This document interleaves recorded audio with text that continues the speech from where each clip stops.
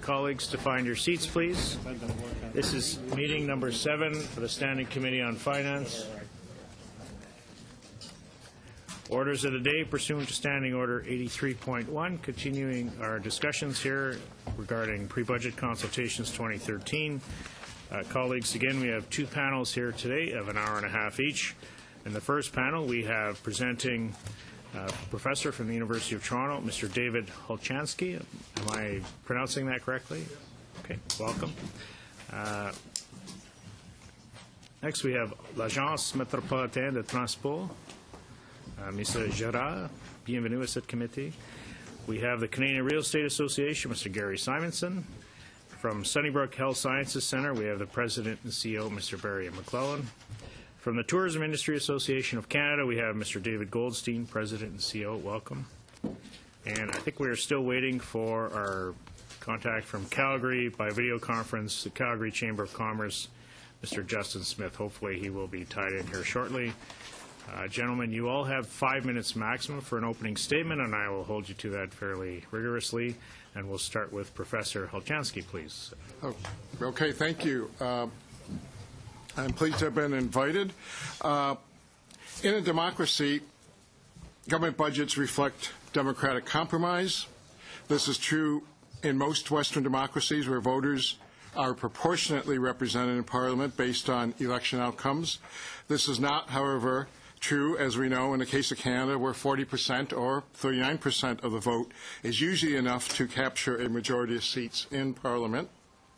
Since the mid-1980s, Canadian minority governments with a majority of seats in Parliament have not simply allowed, but have actually assisted in redistributing income from middle-income groups to higher-income groups. When we compare ourselves to 15 wealthy Western democracies, Canada ranks near the bottom in measures of income equality. And in my brief, I have a figure showing that from the OECD, and in measures of the role of government in assisting those in need. And I have 2 figures in my brief showing that. Canada is doing nothing to halt the upward redistribution of income and wealth thus far. Government budgets and economic policies and labor market policies are responsible for much of this upward redistribution of income and wealth. That is, government budgets, economic policies, and labor market policies.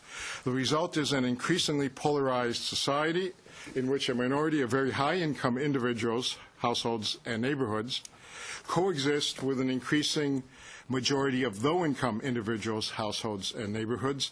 And I have 2 figures that show this for Canadian metropolitan areas, where the middle-income group and middle-income neighborhoods are becoming way less numerous than they were in the past.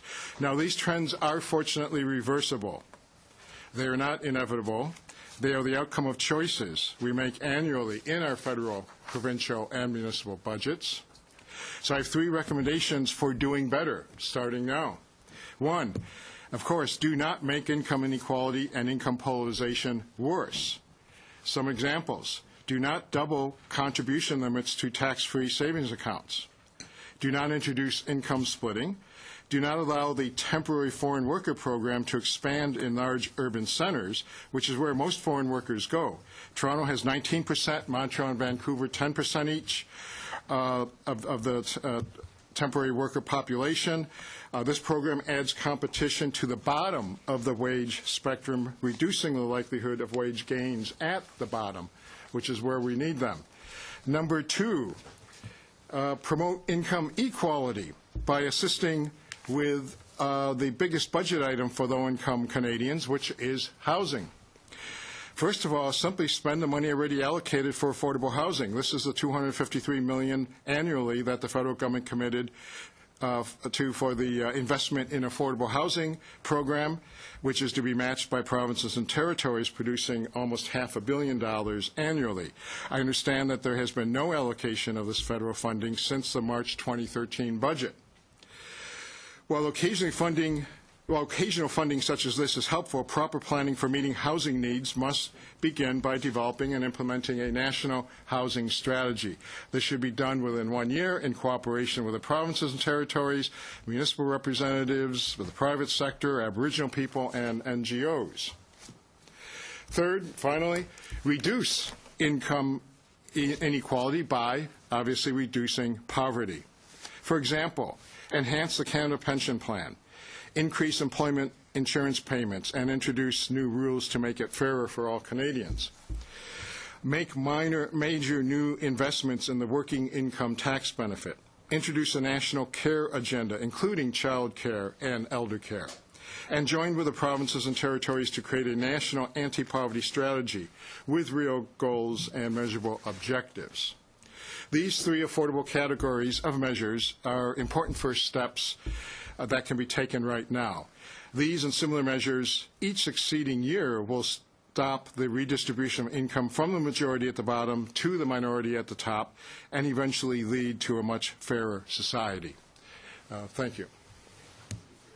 Presentation. Ensuite, Monsieur Gérard, s'il vous plaît. Bonjour, Monsieur le Président. Bonjour, Messieurs, Mesdames. Good morning, Mr. Chair and members. I'm pleased to be before you to present the Agence Métropolitaine de Transport and especially to talk about Métropolitaine de Montréal. out of the Montreal region. The federal government will have important decisions to make over the coming months that will have a significant influence on the prosperity of the whole region. I'm referring to the new Champlain Bridge, of a light rail transport system to the downtown area, and the federal funding. Since 1996, our agency has been increasing urban transit to improve the effectiveness and efficiency of transportation in Montreal. We have 5 lines, and soon we will have 6, and we're promoting urban transit. In our strategic plan and our 2020 vision, we want to increase by 33% the use of the urban metropolitan system. We want to have 600 million people taking, or 600 million trips.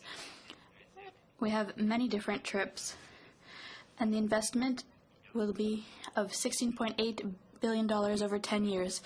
This is a lot of money. Recent studies have demonstrated that investing in urban transit leads to many economic benefits and has a structural impact on the financial dynamics. Urban transit in 2009 generated an added value of $1.1 billion to the economy and supported over 14,000 jobs.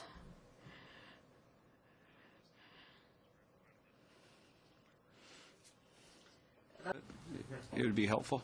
I'm sorry, he's speaking as fast as I do in English, and I know it's impossible for the translators to keep up, but I'm missing words. Parfait. Yes. Okay. Alors, $1 investi en A dollar invested in urban transit has 3 times the impact compared to money invested in car transportation. There's also the significant impact on congestion with traffic. It's a $3 billion impact. It's time to do what we need to do to reverse this negative trend on our economy. This leads me to talk about the Champlain Bridge. You all know how this bridge is critically important for the Montreal area. Every day, 160,000 cars and many trucks take it to go to the South Shore in Montreal. It is the most used bridge in Canada. It is one of the biggest elements of the gateway. Every day, transportation of $20 billion of goods crosses this bridge. That is 7% of the GDP of Quebec. There's the 20,000 people also who use the rush hour lane for buses. They take this bridge every morning. There are more urban transit users than car users. It was supposed to be a temporary measure, and it has reached full capacity. We see that there needs to be measures taken to address the urban transit problems that are currently occurring. The light rail transit system seems to be the best option. There would be safe, quick, reliable service, and there would be more use of urban transit. It also fits into the urban environment and would serve many people and reduce greenhouse gases. That is why the Government of Quebec decided to use light rail transit on the Champlain Bridge and announced that there would be a specific office that would focus on this. Municipal elected officials and others support the Government of Quebec in replacing the Champlain Bridge. This support for light rail transit would be with federal funding, and there are concerns about tolls and transportation within Montreal.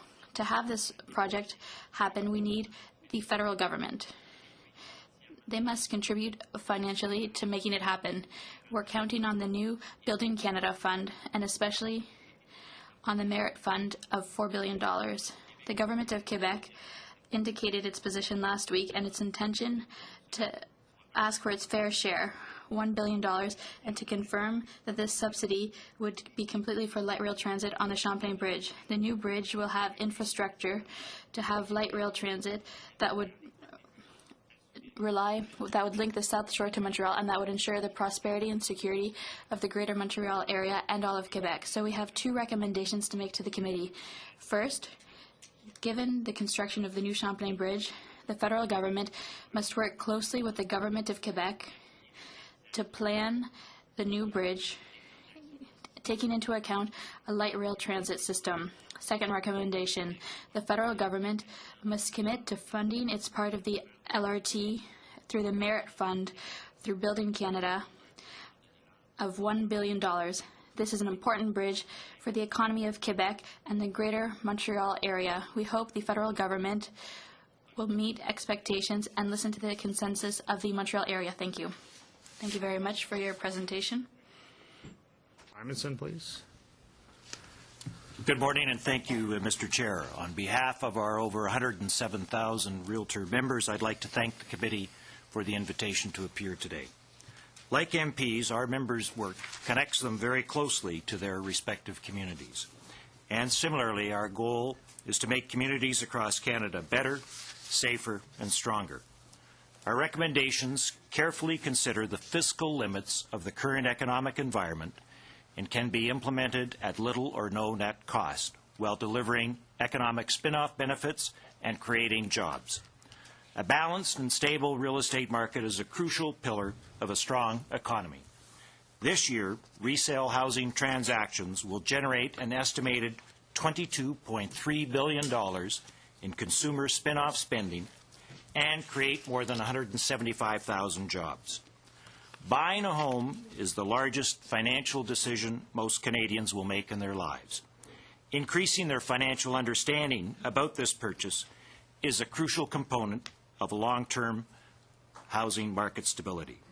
This is why we have taken great interest and an active interest in financial literacy and collaborated with the Financial Consumer Agency of Canada on the Home Buyers Roadmap, something that I know we just provided to the clerk for your distribution.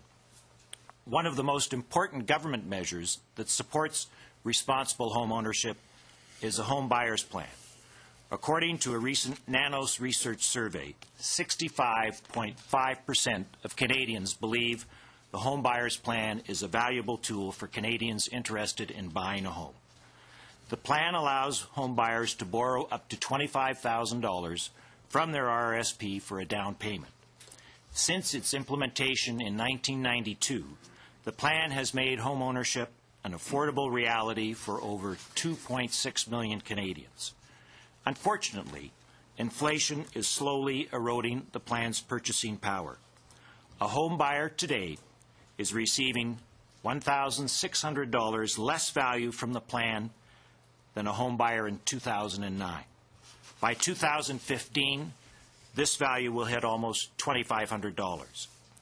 This is why we are asking for the home buyer's plan withdrawal limit to be indexed in $2,500 increments to the Consumer Price Index. Over time, this will maintain, it will not increase, it will maintain the plan's buying power. Importantly, there is no cost associated with this recommendation until 2016, at which time the cost would be $7.5 million. We also share the view that vulnerable Canadians should be supported with a home buyer's plan. Allowing its use after job relocation, the death of a spouse, a marital breakdown, or to accommodate an elderly family member would help individuals maintain home ownership through significant life changes by easing affordability concerns. This responds to a need we have heard expressed at this table during our last pre-budget consultation appearance and also by our members. This proposal meets that need by allowing Canadians to borrow from their own savings rather than depend on government funding. Finally, to encourage community reinvestment, small investors should be allowed to defer recapture of previously claimed depreciation on income properties. This is technically known as capital cost allowance recapture. It is a benefit that is similar to one large developers already enjoy. Allowing this deferral for those who choose to reinvest proceeds of a sale into a new building would unleash a chain reaction of economic, environmental, and community renewal benefits. Third-party costing research demonstrates the net cost of this proposal is only $12 million in the first year and would be net revenue positive in year 2, since capital gains tax will be collected on the increased value of any property sold using this deferral. I appreciate and thank you for your time and consideration this morning. Thank you very much for your presentation. We'll go to Mr. McClellan now, please. Good morning, and thank you for the opportunity to address you today. I've structured my presentation on our proposal to create an innovative brain sciences center at Sunnybrook around 4 questions. The first question: why is it important at this time to be focusing even more attention on diseases of the brain and mind? Disorders of the brain, including stroke, dementias, and brain tumors, and of the mind, including depression and anxiety disorders, are intimately interconnected and represent the greatest healthcare challenges in the coming generation. By 2030, the social and economic burden of diseases of the brain and mind will eclipse all other diseases combined. The second question: what is behind the concept of a brain sciences center?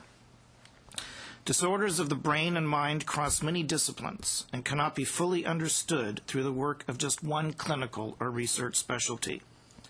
Sunnybrook's Brain Sciences program is guided by the philosophy that only through cross-discipline and interprofessional collaboration will we find answers to these disorders that plague so many.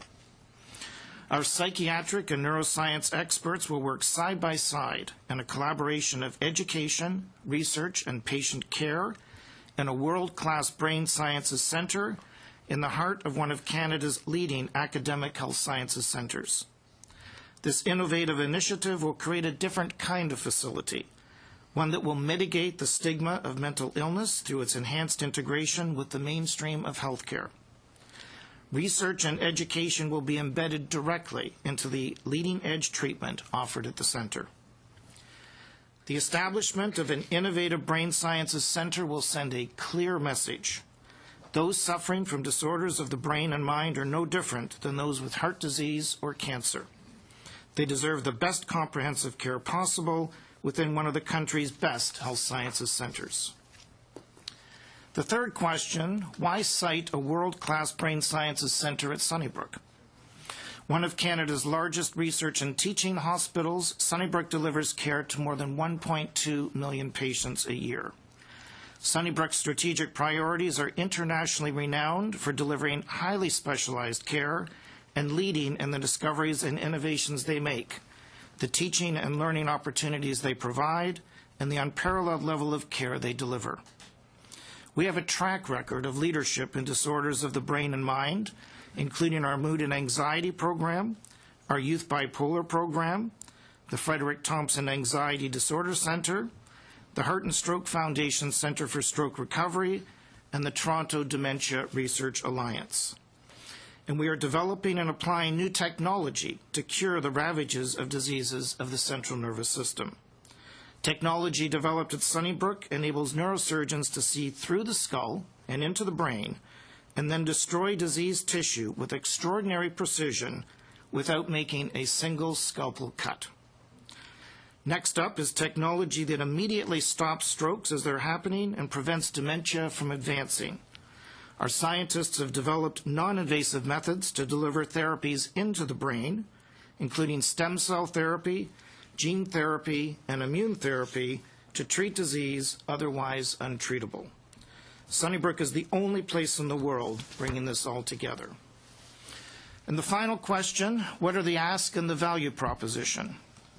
The total cost of the transformative infrastructure to bring the Brain Sciences Center to life is $60 million. The ask of the Government of Canada is for a $30 million investment, with the remaining $30 million coming from a combination of private philanthropy and provincial participation. The value proposition, the creation of the only facility in Eastern Canada that seamlessly incorporates all aspects of mental health and related brain sciences under one roof.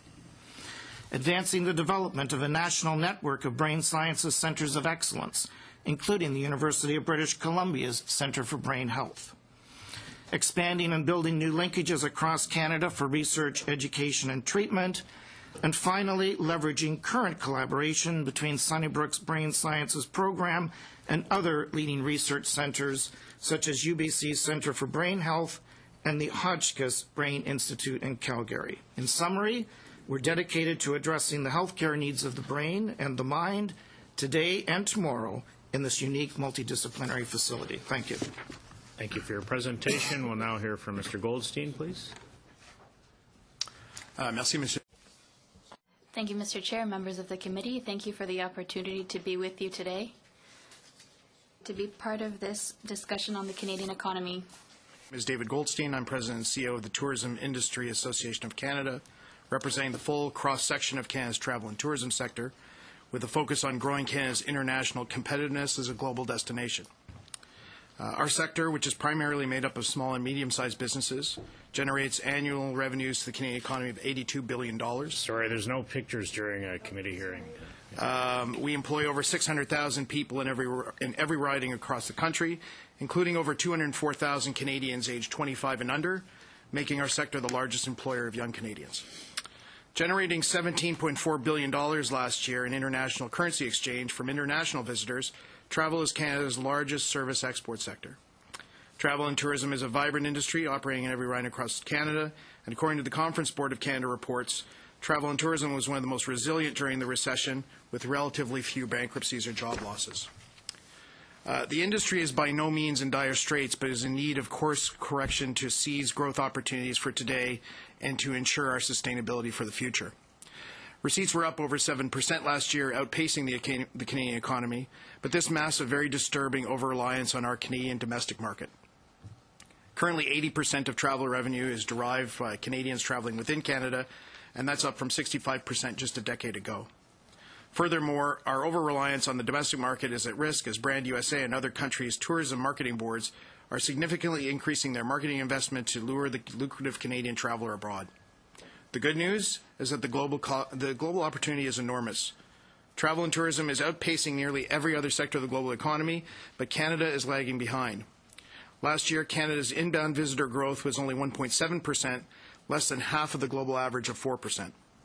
Simply keeping pace with the global growth of 4%, that's effectively the Canadian virtue of shooting for bronze, would have the added impact of $500 million to our economy and over $150 million in additional government revenues. In order to get to the 4% international average, Canada needs a balanced strategy that focuses on the higher volume mature markets, primarily the U.S. and Western Europe, and the high growth emerging markets, including China, India, Mexico, and Brazil. Given time, these emerging markets will mature and deliver significant returns, but at present, emerging market growth continues to be impeded by structural barriers like visa requirements, aviation cost structure, and air access issues. TIAC is working within the federal tourism strategy to resolve the policy barriers restricting growth in these emerging markets, but at the end of the day, none of these markets will surpass the anchor tenant status of the U.S. market.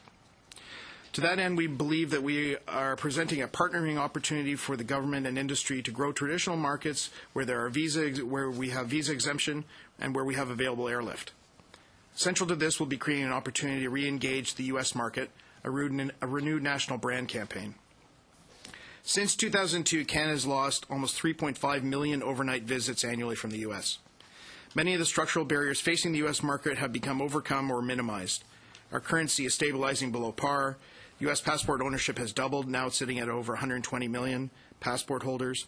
The border is thinning, and we have open air access links to major American centers. The American economy is rebounding, and U.S. outbound travel internationally is up over 6%, of which we only received 2.5% last year. Americans continue to travel as their economy recovers. Outbound travel is more likely to grow to Canada, but we must step forward to seize at least our fair share of that lucrative opportunity. Unfortunately, our resources to extend the Canada brand through the Canadian Tourism Commission are spread too thinly across key markets, and cuts to the CTC have forced the withdrawal of the Canada brand in the U.S. market. In response, TIAC is proposing a new, strategically aligned, fully matched CTC-led marketing co-investment with the federal government aimed at U.S. leisure travelers called Connecting America. This proposed 3-year pilot would create a $35 million federal co-investment with matching funds from the tourism sector aimed to pair at U.S.-Canadian markets and have direct or air-ground access. A joint investment in Connecting America will produce dividends immediately. CTC projections estimate that within the first year alone, we can attract another 440,000 more Americans who will spend approximately $250 million, which will include over 150 million hotel room nights, driving $300 million in incremental government revenue. Over the 3-year pilot, the campaign will drive 2.65 million visitors and an estimated $1.5 billion in incremental tourism spending. That is why today we are hoping for one key recommendation from the committee. Our hope is that the committee will broadly recommend a federal marketing investment to allow the Canadian Tourism Commission and our partners to forcefully drive the Canadian brand back into the U.S. market, and more specifically, that the proposed Connecting America co-investment campaign is the right mechanism. In conclusion, Mr. Chair, members of the committee, it should be noted that in 2002, Canada ranked 7th in the world based on inbound visitation. In 2012, we ranked 16th. We believe that breaking down barriers and aggressively promoting the Canada brand internationally will allow us to surpass the international average of 4% visitor growth and enable Canada to get back into the top 10 by 2017. We have provided additional information for members of the committee, and we look forward to your questions. Thank you very much, Mr. Goldstein. I understand we're still having technical issues between ourselves here in Ottawa and Mr. Smith in Calgary. So I am going to go to members' questions at this point. We'll begin with Ms. Nash for 5 minutes, please. Thank you, Mr. Chair, and welcome to all of the witnesses today. And I only have 5 minutes to ask all of you questions, so I'll do my best with the time allotted. I'd like to begin with you, Professor Holchansky. And I was interested in your comments about Canada ranking near the bottom of the 15 similarly wealthy Western democracies, because we hear a lot from the current government about how we are the best of the G7. And what I kind of take from your comments is we may be the best, but many of the people within our society are actually not doing very well at all. So I know you've done a lot of work on identifying the changes in income and what that is meaning to the racialization of poverty, the suburbanization of poverty. So my question to you is reducing inequality essential to a sustained, strong overall economy? The answer is yes, and it's been well proven, particularly by people who study health in a very broad way, the health of a society.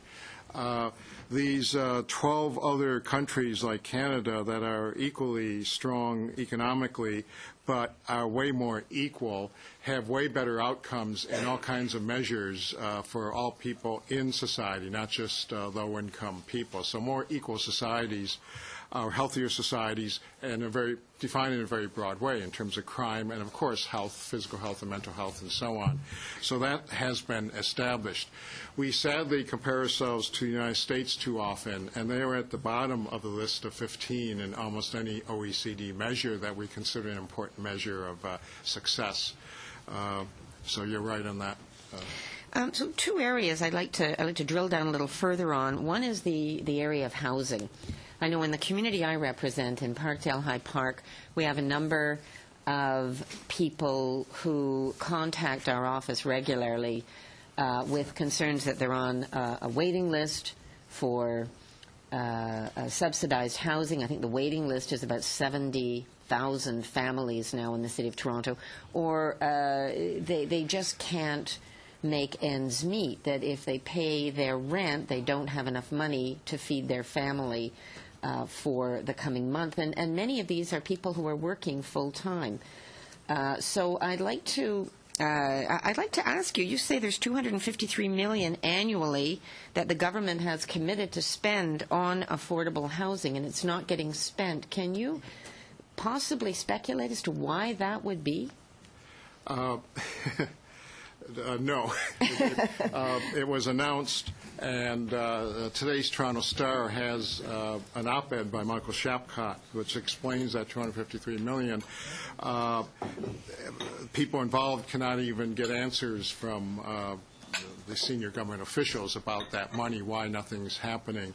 The provinces, many of them are ready to go, and this was a commitment in last year's budget, so simply doing that will help a lot. It would be hard for me to explain to my constituents that the money is sitting there, they can't afford to pay their bills, and it's not being spent by the federal government. So clearly we need to get action on that. I'd also like to ask you, I only have 1 minute left, and I'm sorry, I have other questions too, but I'd just like to stay with this on the issue of temporary foreign workers and employment insurance. Now, I see 19% of the foreign workers are going to Toronto. We already have relatively high unemployment in Toronto. I note that less than 40% of unemployed workers can get employment insurance.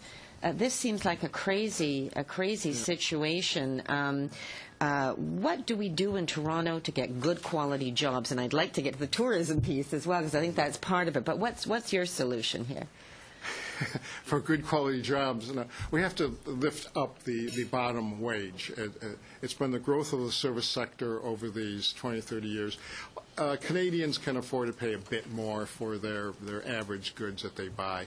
So strengthening our labor laws and lifting that bottom up little by little will make a really big difference. Okay. Thank you. Thank you. Ms. Nash. We'll go to Mr. Saxton, please. Thank you, Chair. Thanks to our witnesses for being here today. My first question is for David Goldstein at the Tourism Industry Association of Canada. David, you mentioned in your opening remarks that we've lost many hotel nights from the U.S. market. Can you tell me, are they going elsewhere or are they staying at home? A little both, but the outbound market from the U.S. is going up dramatically. So last year, outbound from the U.S. was up 6%.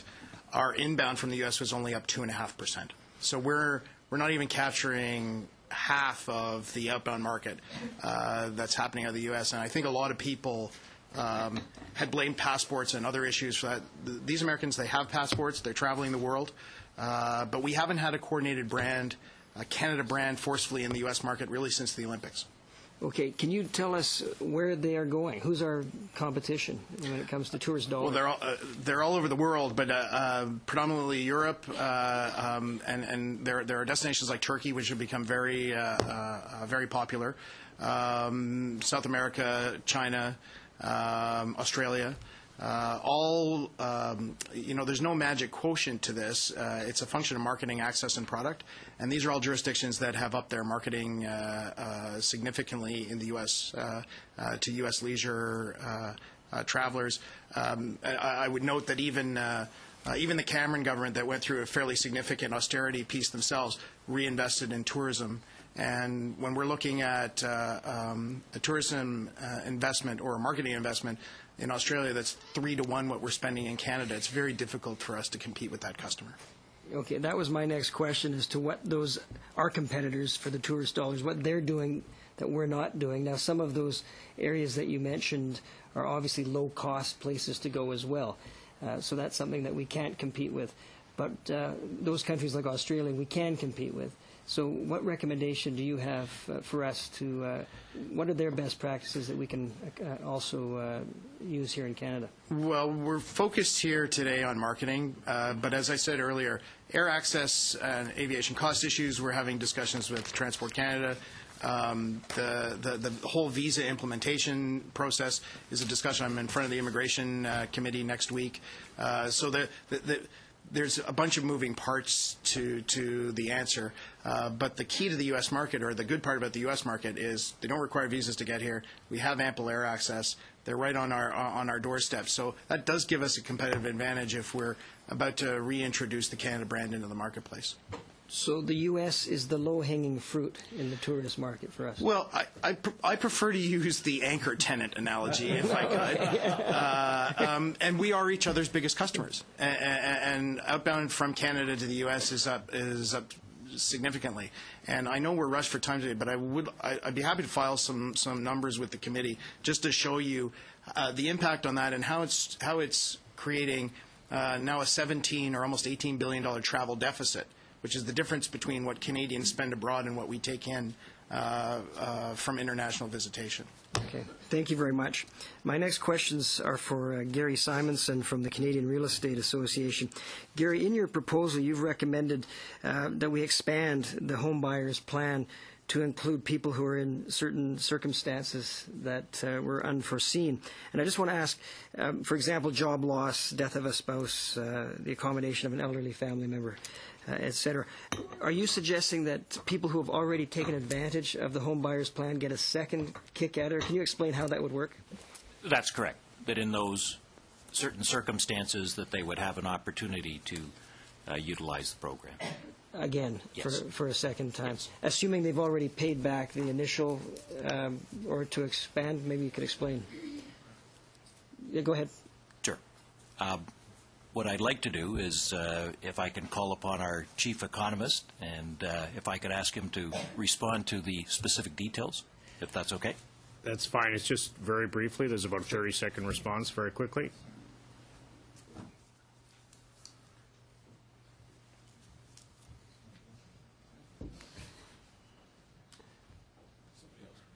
Yeah, exactly. Hi, thanks. In direct answer to your question, yes. Accessing it a second time in order to defray the costs of, moving to get a new job, and the cost of housing hasn't gone up. But in terms of it being fully paid back, I'm not sure how to answer that.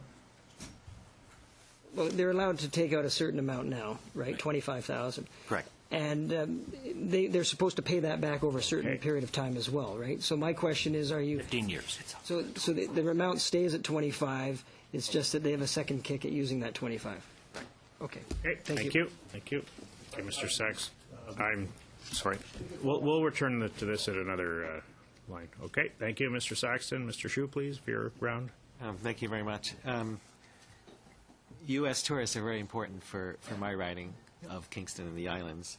I have a couple of questions. One is very particular because I have heard from one person who had a DUI conviction from a long time ago, and I don't know the exact story with regards to what is required to cross the border, but that seems to be an issue, and I was wondering if the federal government needs to do something to take care of cases like this where this person is not a danger to Canada who wants to come here. Thank you for the question. And at last count by Statistics Canada, there's more than 6,800 jobs in your riding that rely on the travel and tourism industry. And being a border community, obviously the U.S. presence is important. We had been making progress. Actually, Minister Kennedy, when he was the immigration minister, had brought in an exemption for it was called the reasonable accessibility policy, where people who had old or minor criminal offenses were given an exemption to come in. We're still working through the administration of that. It's still a bit awkward, but we continue to work with CIC and CBSA to find out the best path for that. Still, at this point, CBSA officials at the border have, in our view, far too much discretion over this. And I think through the policy process, we'll be able to Do you have a timeline on that? When you think, I would like to see it in place by the spring season, but that's let's call me a guy with a half glass full. Okay.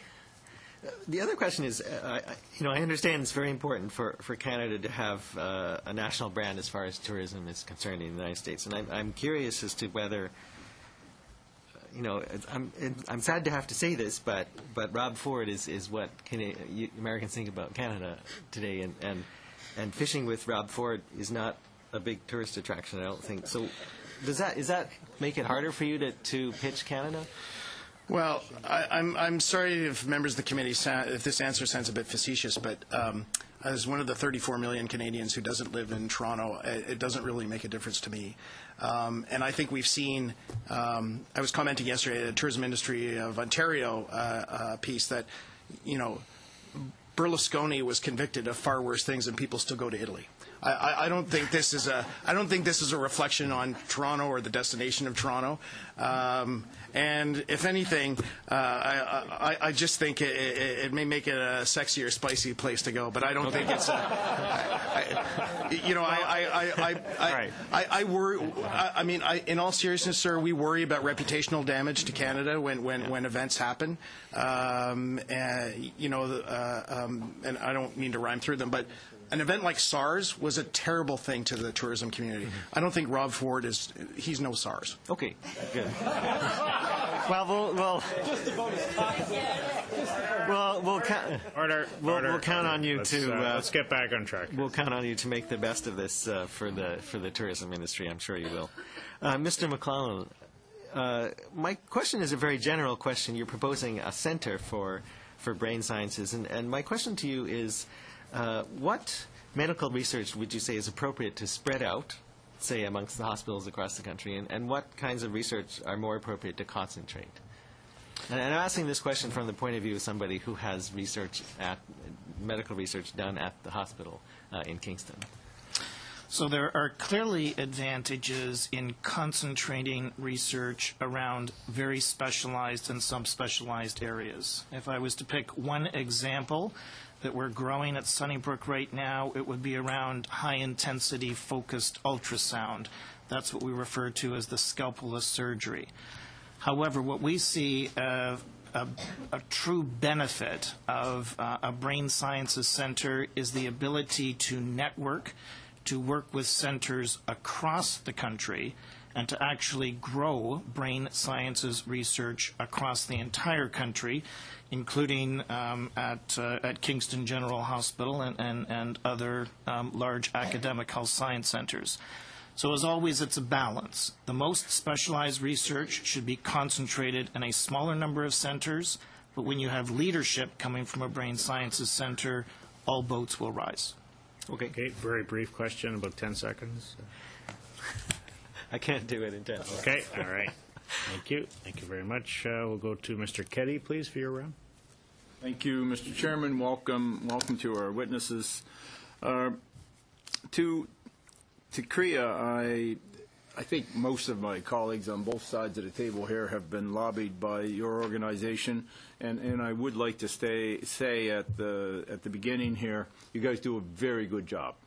You focus in on a couple of issues, you drill down into those issues, you explain them well, and when you come to the table, you have a direct ask instead of a whole basket that you want filled. So keep doing that, and after a while, it'll work for you. We hope. But my question is, you mentioned the statistic: the resale housing industry is worth $22 billion in Canada. That's a lot of money. What your specific ask was the deferral of the capital cost allowances for tax purposes if you reinvest that. What you don't have here is how long a period of time you would have to reinvest that. Would it be a third of a year? Would it be 4 months? Would it be 6 months? Would it be a year? There has to be some type of a timeline on it. 1 year. Reinvestment within 1 year. And have you figured out, obviously, would it be strictly for a new buy, or would you target that towards, fixer-uppers where you generate more revenue to the economy? It would be for the investment in any non-residential property, yeah. So you could even change classes.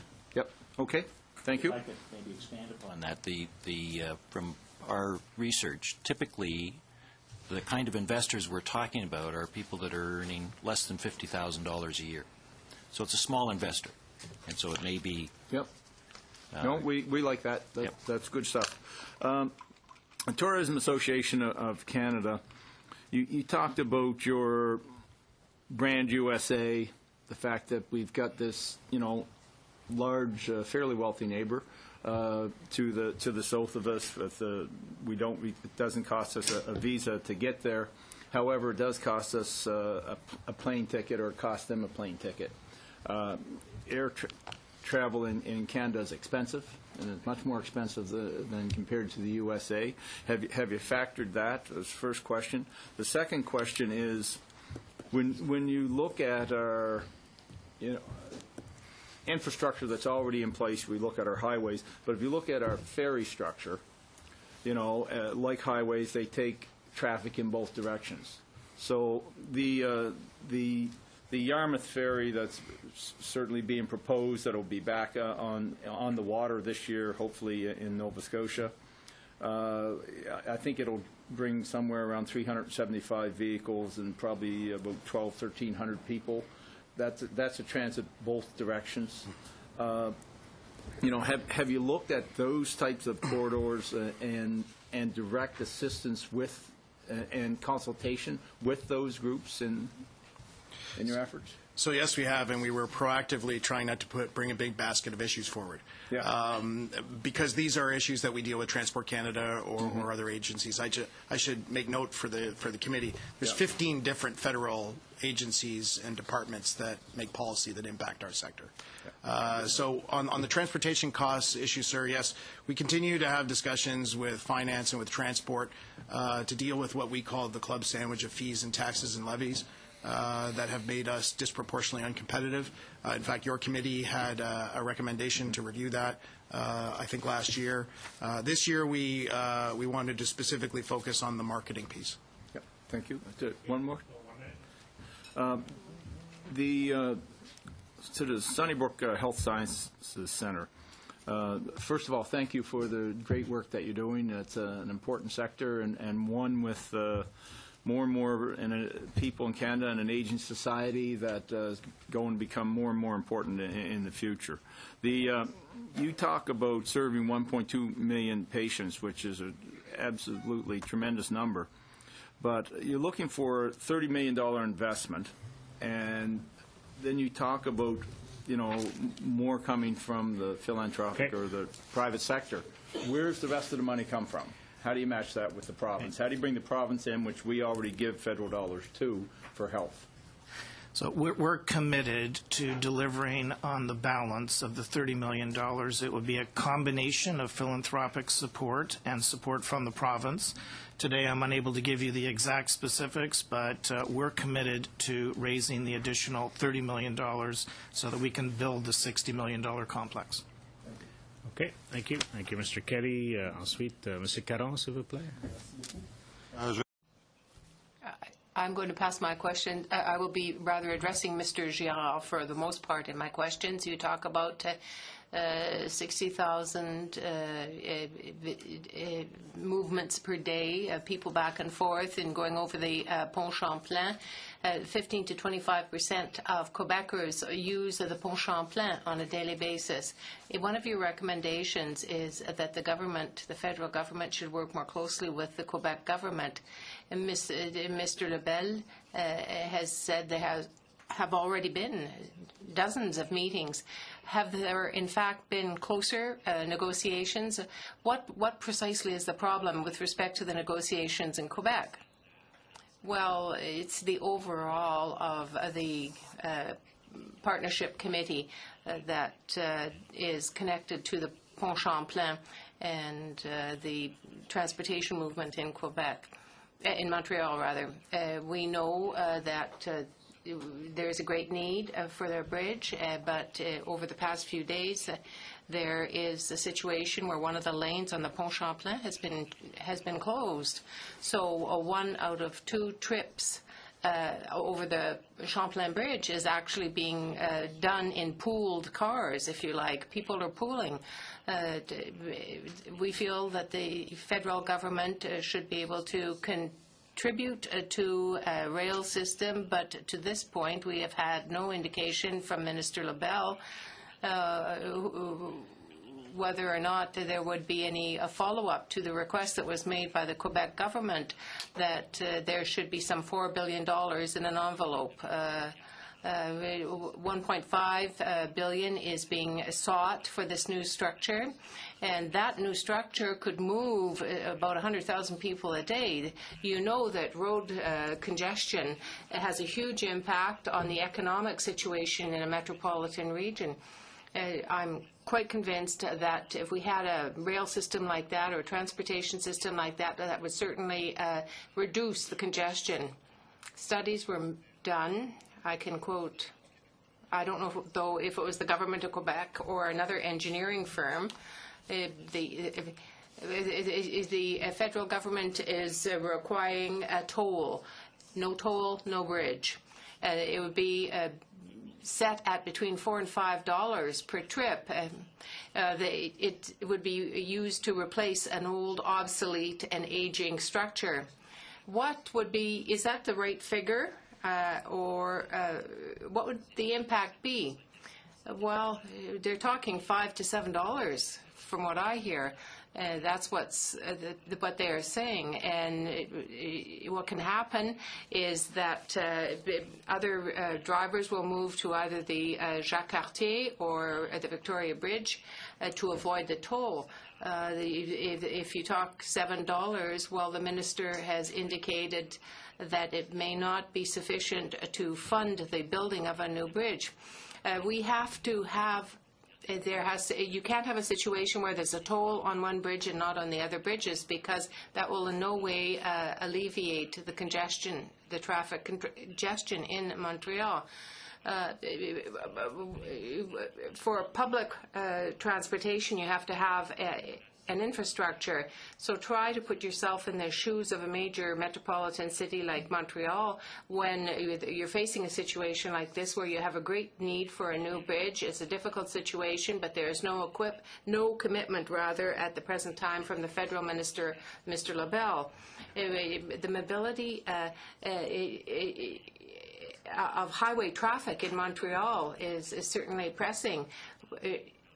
You have to have mass transportation. All the major cities that have been able to reduce their congestion on the road have done so by promoting mass transit. So if you think of Toronto, if you think of Vancouver, you see what they have there. If it's good for those two cities, why can't it be good for Montreal as well? 30 seconds, you say? But I just want to say that in 2011 there was a poll that was done that indicated that if there were a toll on the new bridge, 26% of the people who live on the South Shore would not use the toll bridge, but would use the other two bridges, and you come back to the same situation of heavy traffic congestion. Yes, that's the case. What is done on one bridge is going to have an impact on the other two.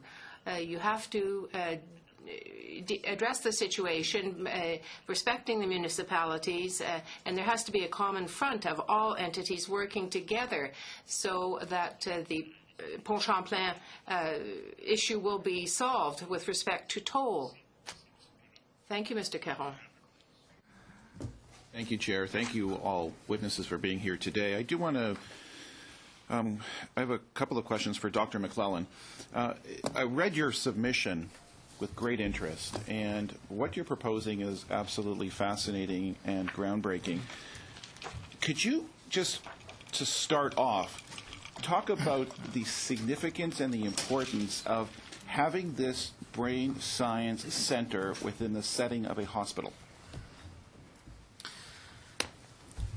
The true benefit is bringing together the providers of care, doctors and other professionals, with the researchers, with a spectrum of patients that include all brain sciences, diseases of the mind that may be cared for by psychiatrists, stroke patients that may be cared for by neurologists, brain tumors that may be treated by neurosurgeons, and bringing them together in an organization that has all of the services to be caring for all of those patients, with the synergy that comes from having people working together in the same building, under the same roof, where not only do we get the best quality of care, but we get the best academic productivity. So it's really breaking down all the silos for the various medical disciplines and having them operate all hand in glove. That's correct, and it's based at the end of the day on the best outcome for the patients. Okay. In terms of, our government has spent a lot of money on research, hundreds of millions of dollars. Is it time now to leverage the money we've spent on research and move it to the next level? That's in a sense what you're proposing. Creating this brain science center within a hospital setting, but also leveraging this national network of brain research facilities that already exist. Is that correct? That's correct. There's already been a significant investment made in brain sciences. This is bringing it all together. We're under one roof and ending up with the greatest productivity and at the end of the day, the best outcomes. And in terms of the stigma of mental health, doesn't this go a long distance to breaking that down? Yeah, there's been a lot of progress made in recent years around the destigmatization of mental illness. This takes it to the top level, where you basically have all patients with diseases of the brain and mind being cared for, many on an outpatient basis, in the same facility. Yeah. Now, I've been to Sunnybrook. I was on a tour, and you're doing this right now. You're operating in this fashion right now.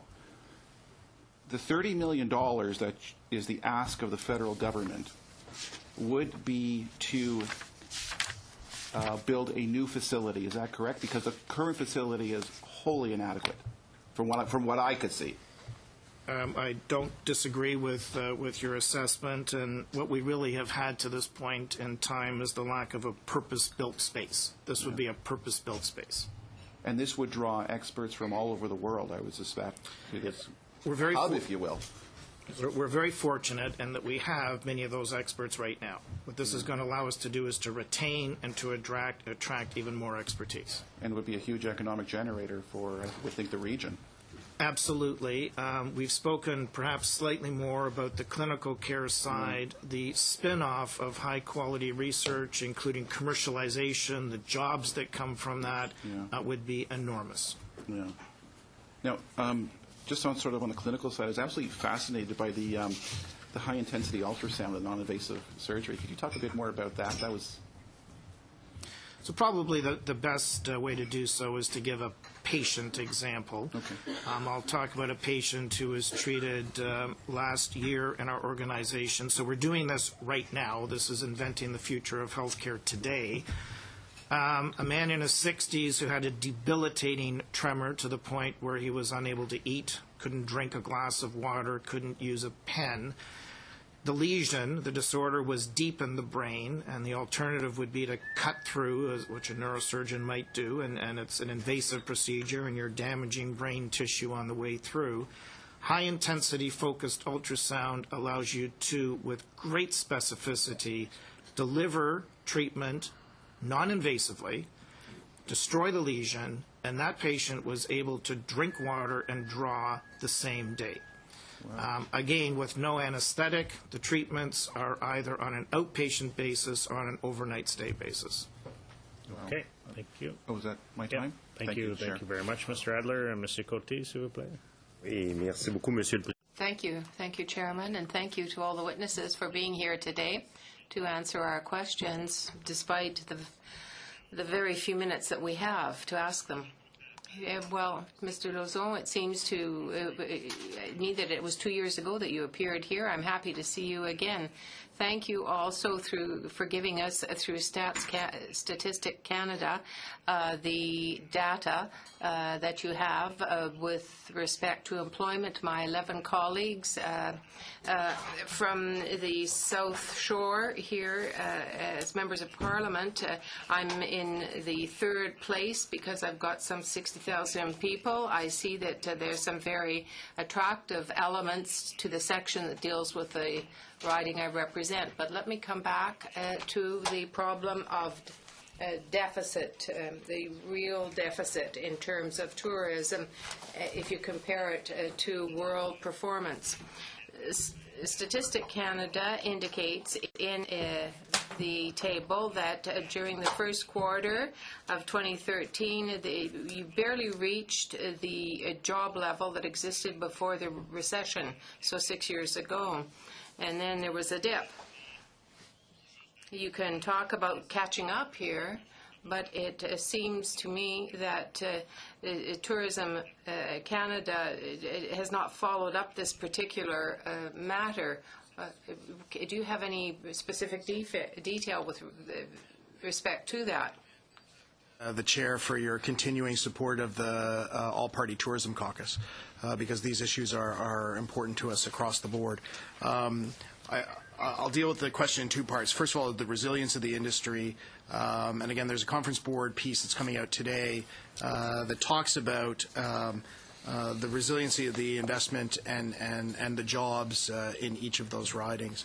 But we also know, and these are not our numbers, but Treasury Board approved numbers of the ROI, the return on investment statistics that the Canadian Tourism Commission puts out, of the quick turnaround in job creation that our sector provides, and especially amongst young Canadians. And in fact, what we saw during the Economic Action Plan, what we saw during the stimulus package, was a multiplier of those jobs in various regions of the country in a very quick fashion. How we get to what we would consider to be our fair share, or Canada's 4%, is really a function of marketing and access and product. It's issues that we have dealt with at the caucus on a regular basis. But and we could have gone through a litany of issues that we had through the Deficit Reduction Action Plan, but we understand that there were certain cuts that had to be made. The one that's probably the biggest debilitator for the sector is this lack of ability to invest in the U.S. market.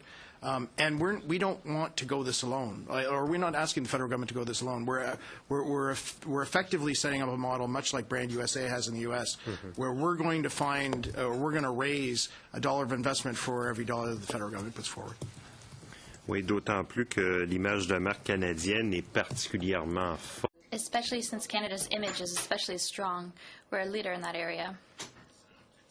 But that brand is being undermined. In the document, Welcoming America, there's a chart. It'd be having that 4% rate for the world. This is in the Connecting America document. And there's differences in terms of growth, and the decrease was about 2% over the past decade, which is very interesting. Is government revenue. If we had followed the world trend, we'd have millions more, 150 million more. Could you talk about the federal share and what it would represent in terms of investment? Perhaps we could file that information with the committee in a more detailed way, but rest assured that the methodology to get to those return numbers were based on Treasury Board guidelines, and the government revenues attributed to tourism are a Statistics Canada model. So if anything, we believe they're a fairly conservative estimate. Okay, merci, Mr. Cote. And Mr. Goldstein, you can certainly file that with the chair, with the clerk. We will endeavor that all members get that. We'll go to Mr. Van Kesteren, please. Thank you, Chair. Thank you all for being here. Very interesting discussion I think we're having. It looks, Mr. Goldstein, a lot of the questions going to you. I do want to ask you just a couple of questions, then maybe I'll move on to some of the others. When you talked about moving from 7th to 16th place, was that a result of 9/11? Mostly. Mostly. And when we talk about the resurgence or somewhat of the comeback, has the American appetite moved away, or are they traveling less? I just need to know that. They're traveling more. I think let's be fair to ourselves, I think we took the American market for granted for a great period of time because of things like the low dollar, because of the open border. And sometimes, if I use the real estate analogy, you ignore the anchor tenant. Yeah. We have, to our credit and to our partnership with the federal government, have spent a lot and invested greatly in emerging markets, which will, we just led a trade mission to China last month. So those results are impressive, but it's time to retrench with the anchor tenant, and we really haven't had a national coordinated campaign in the United States since the Olympics. Now, again, I'm curious. Have you done a study? And you know, it's in the numbers. And I remember as a kid, I worked at a gas station, and we were near the border, and the Americans would come over in droves with their campers. And I suspect because the baby boomers have moved forward, that's ended. So there's probably a number of factors like that. I don't need you to answer the question, but I'm wondering if you've done a study and if you've mined the numbers. I think this committee would really like to. I know I'd really like to see it too. The other thing I wanted to. Just a quick answer. The study is underway. The results will be here in probably 2 months. Terrific. We will provide that. The other thing I'd like to we did another study through industry, and one of the reasons or one of the things that we can do, not necessarily as a government, but as a people, was be more welcoming. And I know that I've had some bad experiences coming into Canada with border guards, and I suspect that if that's the case, it happens more often. And if it happens with Canadians, are you seeing some charges to that effect? And what are you doing, and what can we do to maybe correct that situation? Well, on the one hand, CBSA are not greeters. I mean, they're here to perform a function. But that said, there was a very exciting project that took place leading up to the Olympics where CBSA was given sort of customer service training, and we'd love to see that again because they perform a role, but at the same time, people have traveled the world and know that you don't necessarily have to be accused to come into the country. We're all part of a team. Mr. McClellan, we've talked in great length about some of the exciting work that you're doing at your facilities. Fascinating stuff. I hate to be to mine into the dollars, but I'm wondering what kind of economic impact does this make? Like, have you got some information for the committee as far as what the training does and what the impact is to the economy?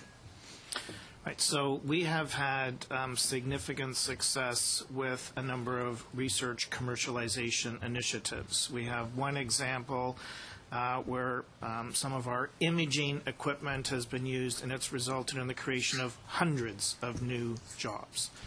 Clearly, building this facility by itself would result in some stimulation of the economy through additional jobs as well.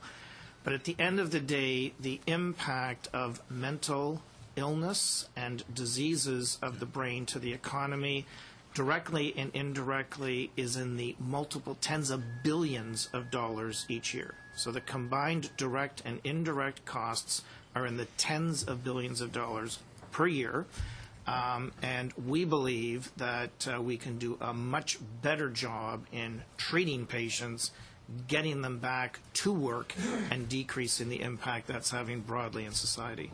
Okay, I think I have just about 30 seconds left, so I'm going to suggest that if you have such a study, if it's being done, the committee would like to see that as well, so the impact, and if not, that might be something that would be of great use to this committee as well, too. So just to be clear, it wouldn't be a study that we're doing on the impact. It would be data that we have that's available that we could share with the committee, which demonstrates the impact it's having on society. Thank you. Okay, thank you. Thank you, Mr. Van Kesteren. Mr. Rankin, please. Thank you, Chair. Thank you to all of our witnesses today. Much appreciate your attendance. I would, in the short time available, like to ask questions of Professor Holchansky and Mr. Goldstein, if I could. And I guess my first question to you, Professor Holchansky, thank you for your excellent and thoughtful report, is just you mentioned a number of recommendations, and my colleague, Ms. Nash, asked you about the housing debacle and the lack of spending the federal money that's available. I won't take you back there, but I want to focus on your other recommendations, if I could. Your first recommendation was, among other things, talked about income splitting. You should avoid income splitting and avoid the doubling of the TFSA. Could you spend a little more time explaining why you recommend that?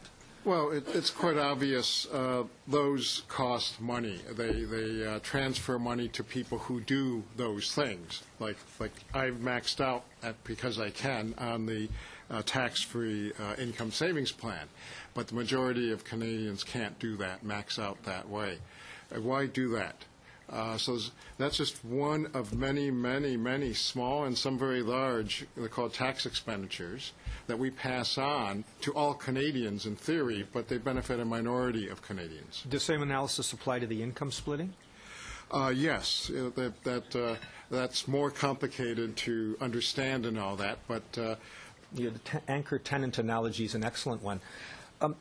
I've seen on TV, and I'm sure many others have had, just extraordinarily good ad campaigns by the Americans, by the state of California I saw recently.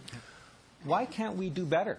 Why can't the government of Canada, rather than spending money on the economic action plan during hockey games, spend money on this? Well, first of all, I think we are doing a very good job internationally. The Canadian Tourism Commission is actually doing an extremely good job with the funds that they have in some of these international markets. Effectively, what we're doing as an industry is responding to that very campaign that you're talking about with this co-investment model. And if I could just take it one step further, I know I know we're short on time. But that is a unique. Yours, in fact, is a unique situation where it's not just of great attraction to the Americans, but it's a global attraction. We were, as I said earlier, we were just on a mission to China. We had one of your local businesses, a company called the Prince of Wales, an award-winning whale watching. The environmental piece and that makes us a global destination. It's one of those unique things that you're not going to see in other parts of the world. So part of this is a promotion issue.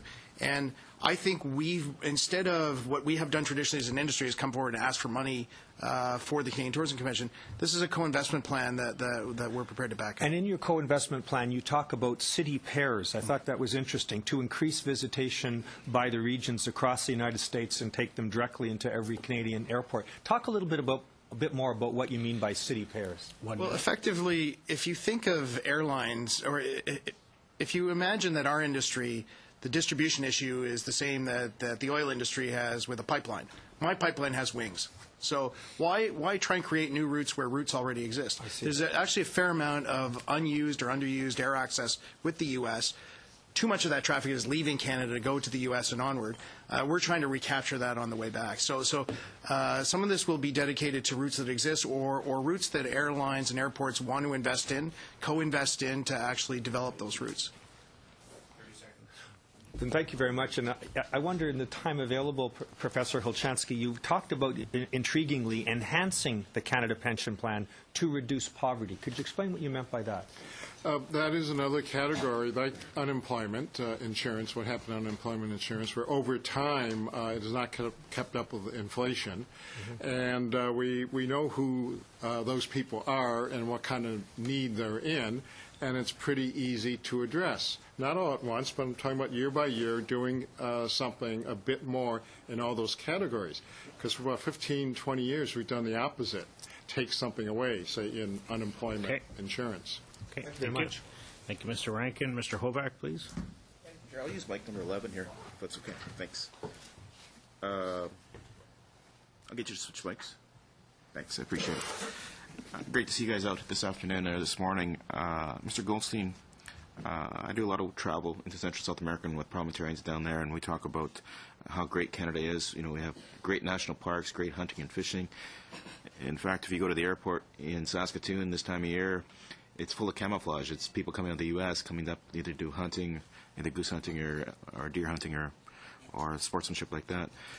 But one of the complaints I have, and I guess one of the things I'd like you to maybe help address is what are the barriers facing tourists that are coming from countries that require a visa? How does that impact, and what would happen if we made that process simpler, easier? What could we do to make it easier or simpler for them to come here? Thanks for the question, because it is one of our prime concerns, and I'd like to say there's actually been a fair amount of progress in the last 3 years. 3 years ago, we didn't have a 10-year multi-entry visa to Canada. We've expanded the number of visa application centers. We, as the tourism industry, have a seat on the Deputy Minister's roundtable for the Immigration Deputy Minister. So I think there's a changing sense at immigration that these aren't just temporary residents, which is how they're categorized now, but they're actual, that we're an export sector, and these are like export permits. So we will continue to work on those issues. Mr. Alexander has been extremely active with us already in a very short period of time. So we just released actually a visa white paper, which we'll give to the clerk of the committee, which addresses some of these things specifically. And we're happy to follow up with you or other members of the committee on very specific issues of eliminating red tape and creating more access for visitors. I look forward to that white paper because, again, talking to colleagues across the Western Hemisphere, even talking to the business sector, we're starting to see board meetings being held outside of Canada because of visa issues. I can't, sir, I can't avoid the plug, but it's now that we have eliminated the Czech visa requirements because of the free trade agreement, I think it's time to eliminate the or recreate visa waiver for Mexico as well. Okay. All right. Real Estate Association, you talked about, or one of the things that was talked about in Saskatchewan, did some pre-budget meetings, was the need or requirement for rental properties and for existing rental properties to be refurbished and brought into a new state. Have you guys talked about what process we could look at there as far as creating the encouragement of more rental spaces? I use Saskatchewan, Saskatoon, Regina, for example. We have an unemployment rate of 3.6%. We're trying to attract people from across Canada, but one of the things that we're facing is they don't want to spend, $250,000 to $350,000 on a bungalow in Regina. So they're looking for rental space. So any ideas on what we could do there? Well, certainly the whole capital cost allowance deferral program that we've suggested, that's going to assist in terms of both improving, we think, expanding opportunities for rental properties. It's certainly not the whole solution, but it would certainly be an assistance in that direction. So looking at the capital cost allowance. Right. Do you think the other incentives need to be in place for investors to invest in that type of real estate? Certainly our research demonstrates that would be the case, that it would certainly provide a kind of stimulus and enable what smaller investors would be able to do, which larger developers are presently able to do. Okay. All right. Thank you, Chair. Thank you very much, Mr. Hoback. We'll go to Mr. Jean, please. Final round. Thank you, Mr. Chair, and thank you to all the witnesses that appeared today.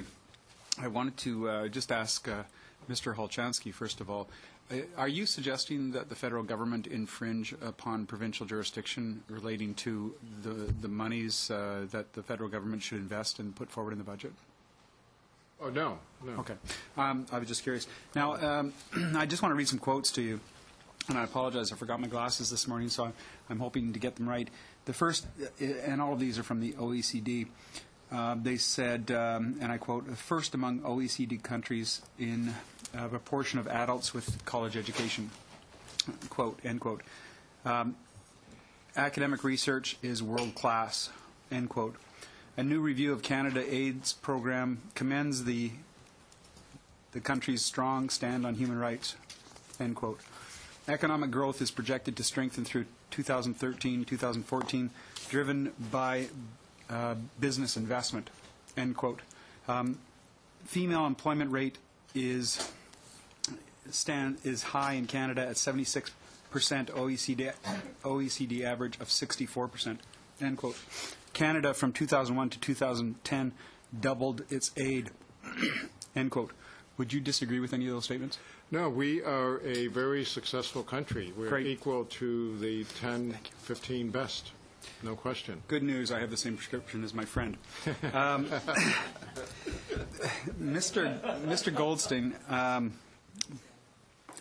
Queensland, in Queensland, I'm just curious, for instance, in Australia, Queensland, of course, being the most populous state there for tourism, over 50% of the economy is tourism-based. And you nod your head in agreement. Now, are you doing a comparison on? I'm assuming you're correct, but I am. I promise. It's got to be very close. Yeah, sure. I did a thesis on it in Queensland, and indeed, it's like 54% in 1989. So, is your comparison on real dollar terms, or on percent of GDP, or on the basis of how big, obviously, tourism is in Australia compared to in Canada? No, it's real dollar terms. So comparatively small as a percentage of GDP, but actually very, very spread out across the country. Unlike some of those jurisdictions, like Australia, where it's very concentrated in certain areas along the coast, especially in the north. Thank you very much. Finally, Mr. Girard, thank you. And I asked for you to slow down. I'm very interested in your testimony. In fact, I came here and I was a bit surprised. I'm from Fort McMurray, and we have about 60,000, 70,000 car movements a day that go 30 kilometers, and it takes 2 hours to do so. Of course, that is to keep the oil sands going and the economy, and it's about 10% of the GDP of the country that is created by those 80,000 movements. I'm not sure if you knew that. Going across 3 bridges that are all paid for by the Alberta government. I'm just curious. Now, there's 5 bridges owned by the federal government, all of them attached to Quebec. One is the Champlain Bridge. And there are other bridges across Canada that have, for instance, tolls. One in British Columbia that actually was a P3, very successful, and I think they paid it off quite early. Why should the federal government invest in your bridge, in the Champlain Bridge, and I understand the ownership issue, and not worry about all these other things that are going on across Canada? For instance, in my community where people have to wait 3-4 hours a day to go to work and to come back after working a 12-hour shift. Because that's what I have to explain to my constituents, and believe me, some of them are from Quebec. Many of them, I think there's about 6,000 Quebecers that live in my riding.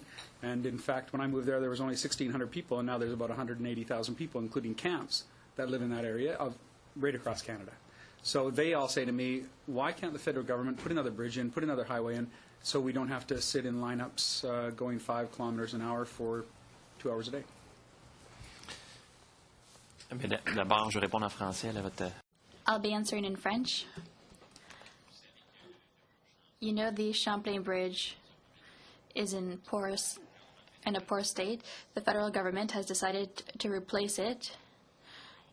The bridge will have a shorter life cycle, and the greater Montreal area is experiencing difficulty due to the Champlain Bridge. There's a lane that's been closed because a crack has been discovered. There was a presentation last week at the Champlain Partnership Association where we found out that out of 100 pillars, there are about a dozen that are code red.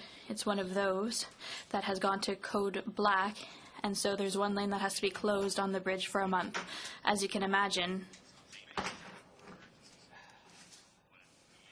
So much time, so I just want to make sure I understand. Et le nouveau pont. And the new bridge. So it's on the basis of emergency. I understand that. I understand what's happened in infrastructure in Quebec over the last 40 years. My question is very simple. Do you applaud the government for the per capita funding, permanent changes they made to the gas tax funding, so that Montreal is treated the same as every other city across Canada? Every other citizen receives the same amount of money based on the gas tax refund.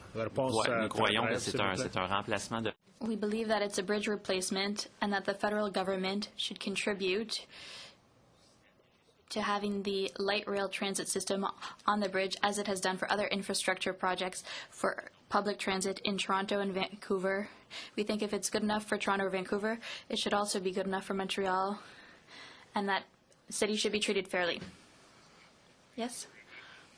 I want to thank all of our witnesses for being with us here. Colleagues, we will suspend for a few minutes here, and we'll bring the second panel forward.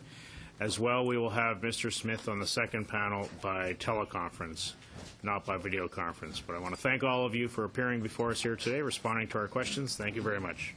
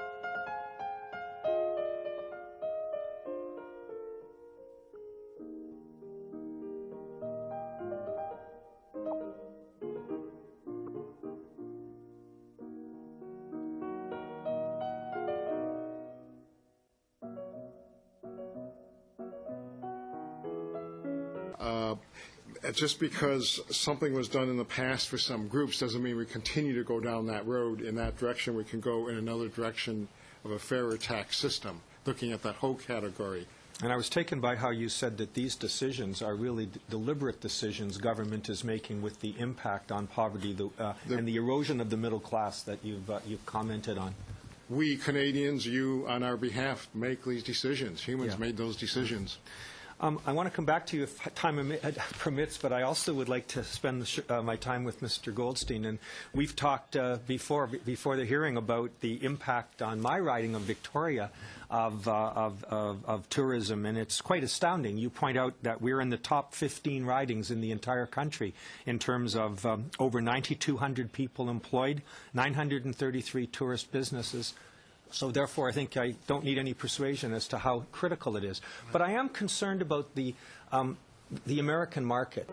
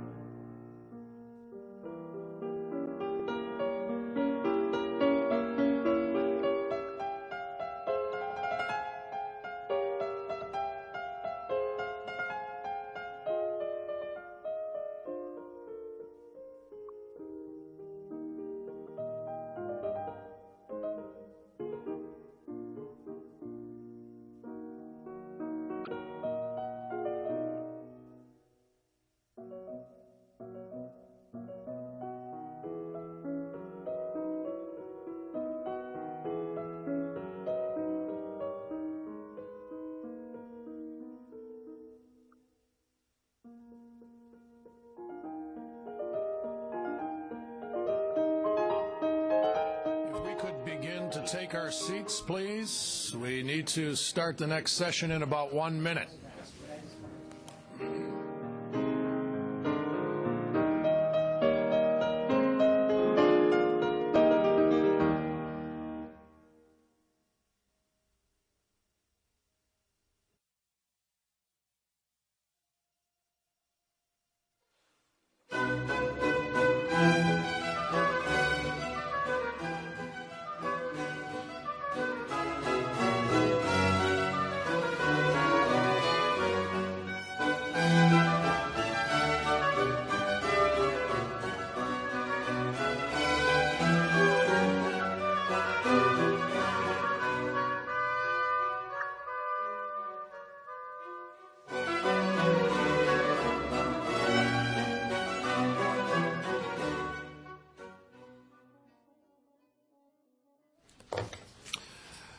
Okay, let us start on the second part of our meeting.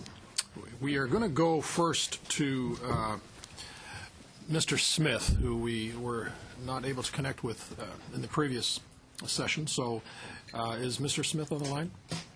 And then, yes, Mr. Chairman, I apologize for the technical difficulties that we experienced earlier, but I appreciate the opportunity to speak now.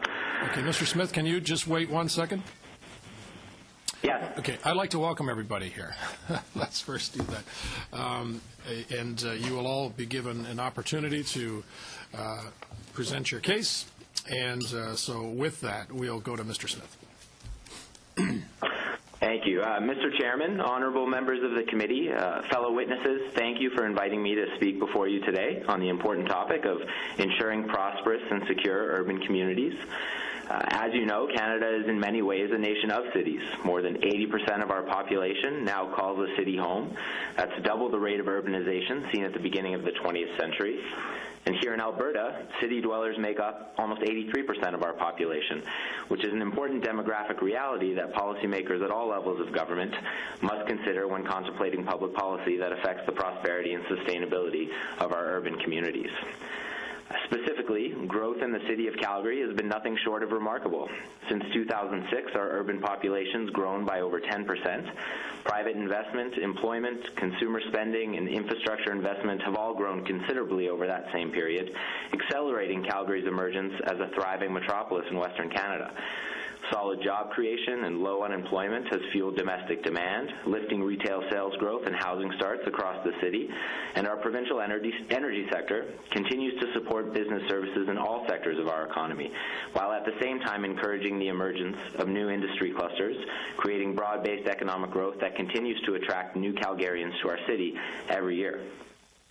But as remarkable as this growth has been, it comes with attendant growth-related challenges. For one, Calgary's population has grown at a rate that has far outpaced the working life of much of our city's infrastructure, necessitating considerable investment in the coming years to maintain its overall functionality and reliability. One example is the overall efficiency and reach of our public transit system. Already stretched, Calgary's growth has placed added pressure on our transportation infrastructure, limiting the mobility of Calgary's workforce, leading to congestion on our roadways and lost productivity quantified in the billions.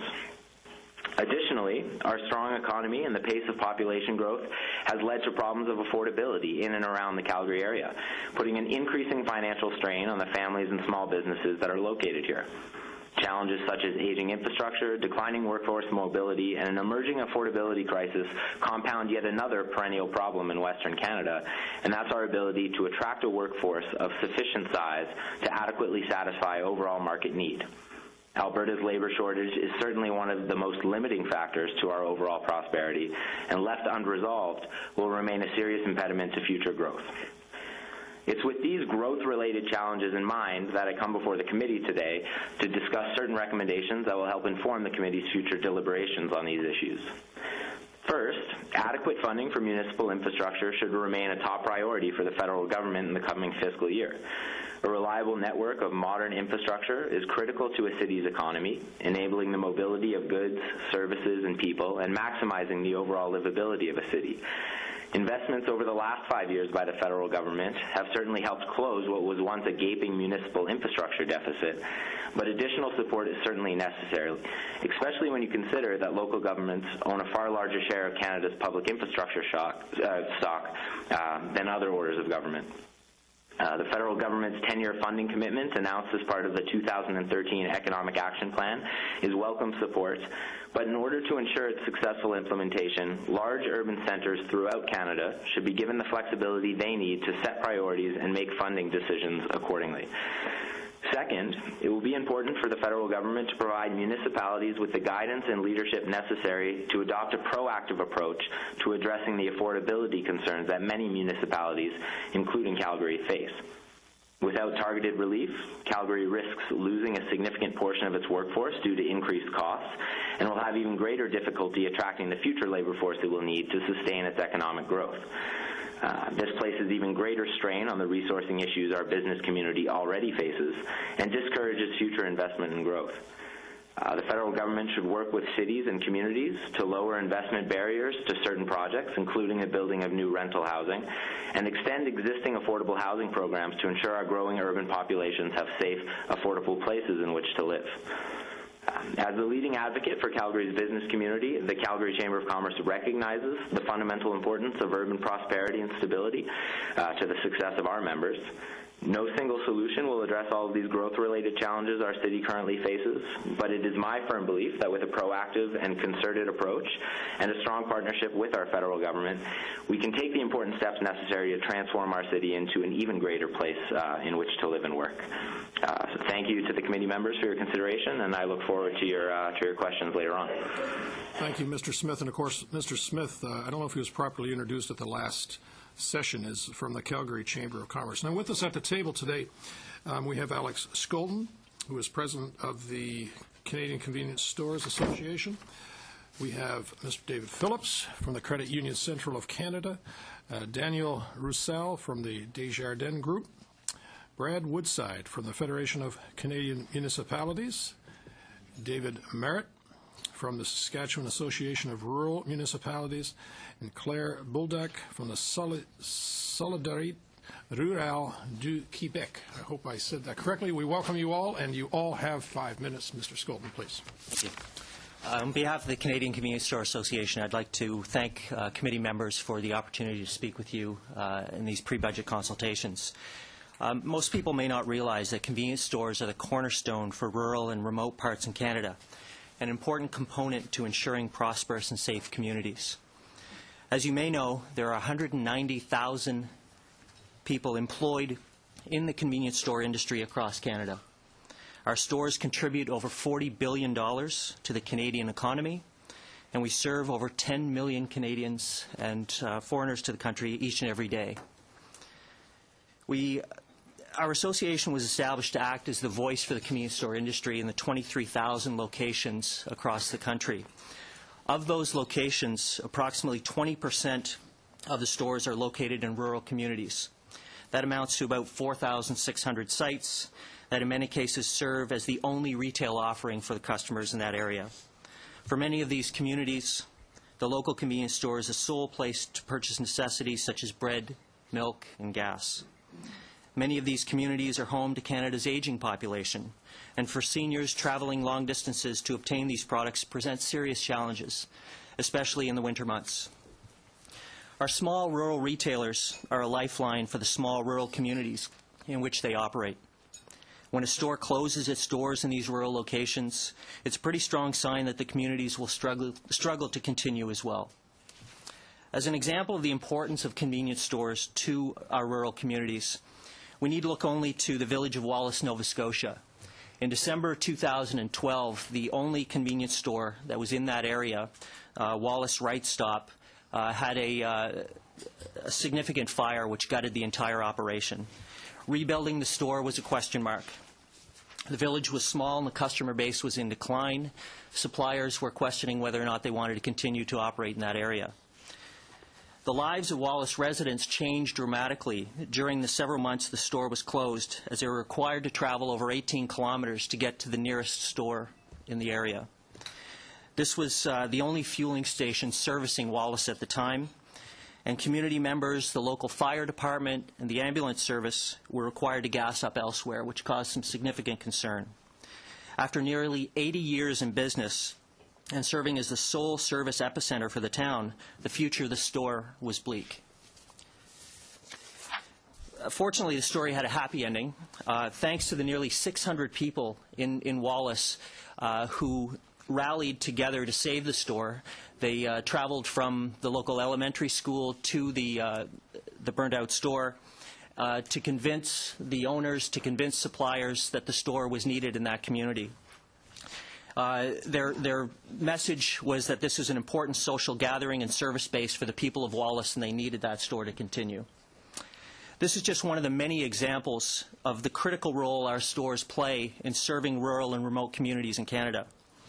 Our retailers take pride in serving as safe haven for residents in the communities they serve. No matter the hour, our lights are always on. Ultimately, convenience retailers will only be able to continue to serve their communities if the business environment is favorable. Think of our rural stores as canaries in the mine shaft. They're the first to know and the hardest hit by the challenges facing our industry. Coming from small communities with small customer bases, it's a big challenge for them to continue operations. So anything that impacts our industry as a whole is particularly impactful on those small retailers. Their margins are razor thin. Our pre-budget submission discusses the challenges that threaten the livelihood of these rural businesses and our industry more broadly.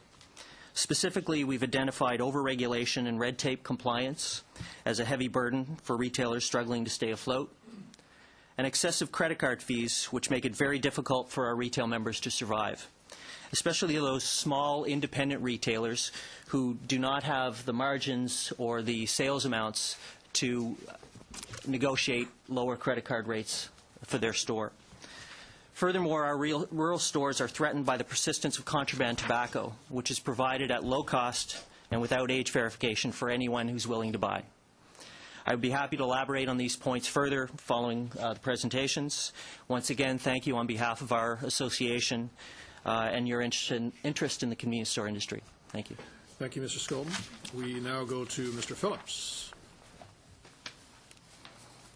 Mr. Chairman, members of the committee, thank you for this opportunity to appear before you today. I've been asked to discuss how credit unions in Canada help to ensure prosperous and secure rural communities. I should first mention that my organization, the Credit Union Central of Canada, is a national trade association for the 332 credit unions in Caisse Populaire that operate outside Quebec. Credit unions are part of Canada's cooperative movement, which they share with Caisse Desjardins and with many other cooperative organizations across Canada.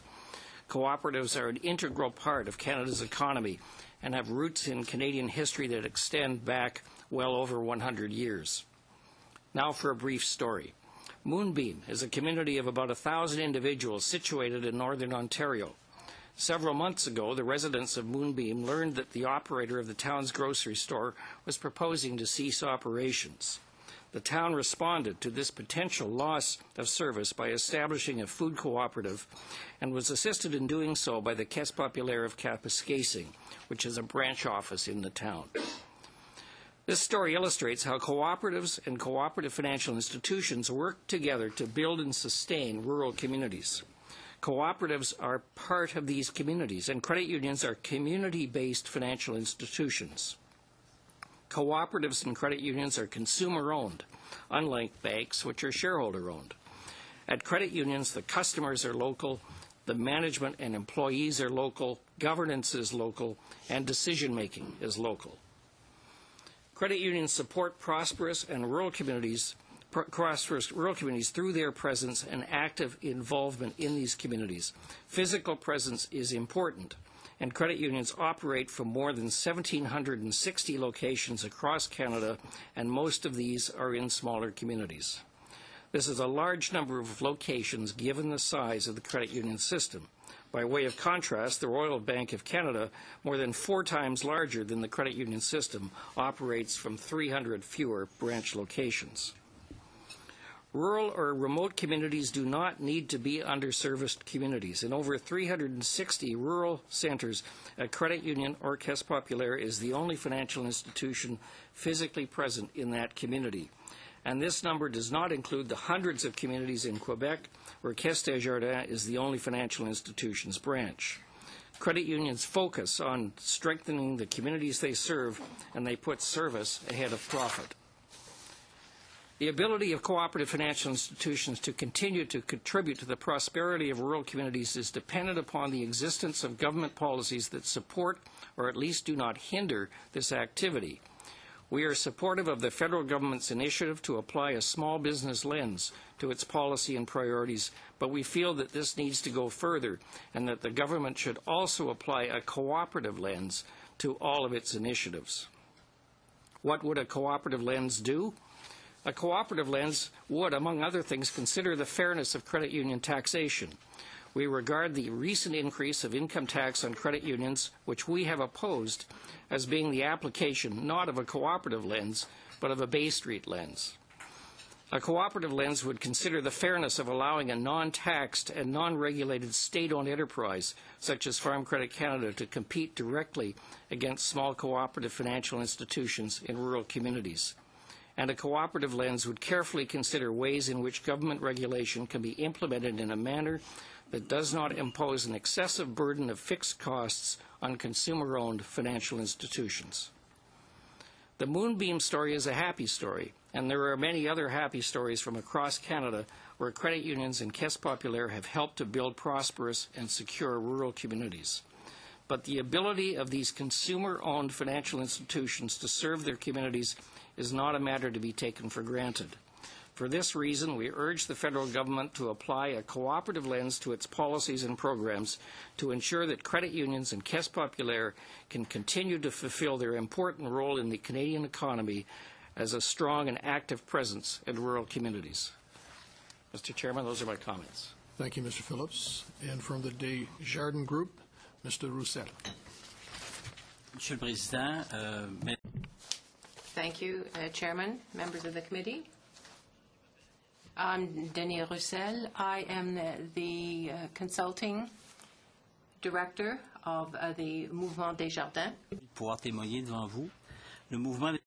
The Desjardins Group is much more than a financial institution for the rural communities. It has been developed over the past decades.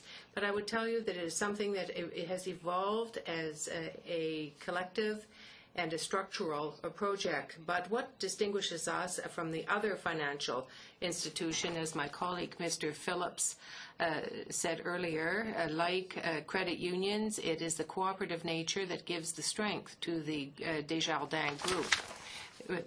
At the beginning of the 20th century, Desjardins was set up through the citizens, but at this point, today, we realize that the members of the co-op have to deal with more and more complex issues, the commercial markets, the development of mobility.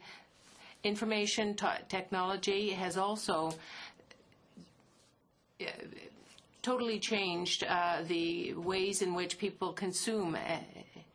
The Desjardins movement has more than 1,000 service points and offers a very human face to its members. I can point out that the 132 service positions that are there are in towns of about 1,000 people.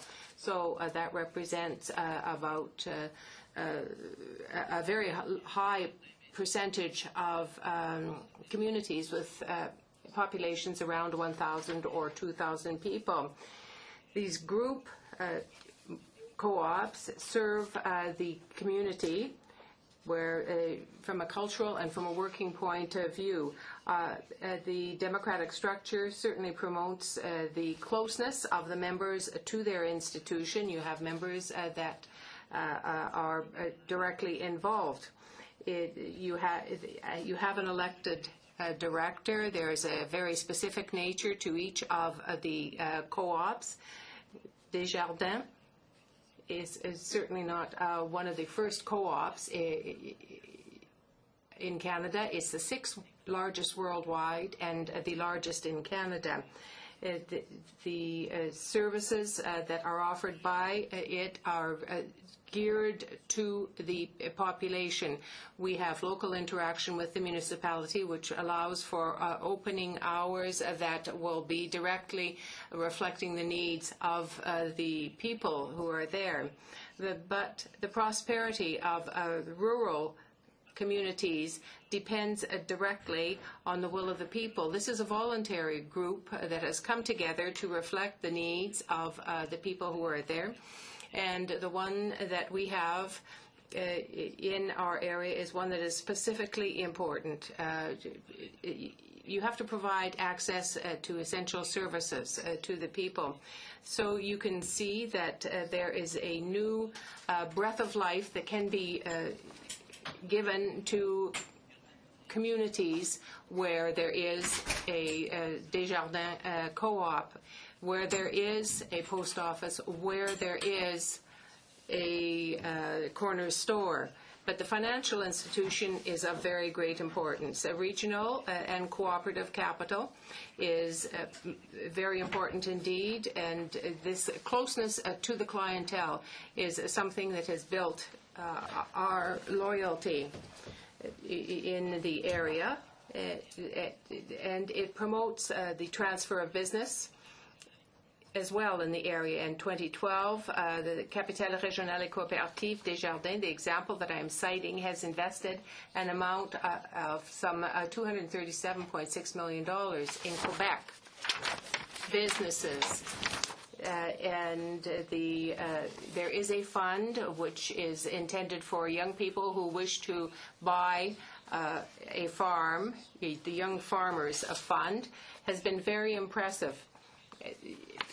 There are funds that are offered to help young people and to help the community in general provide structural projects in their area. Some $41 million were earmarked for that in regional areas, small communities. You can talk about the role that is played in terms of education by Desjardins. It is a financial institution, yes, but it is also an institution that provides funding for education for universities.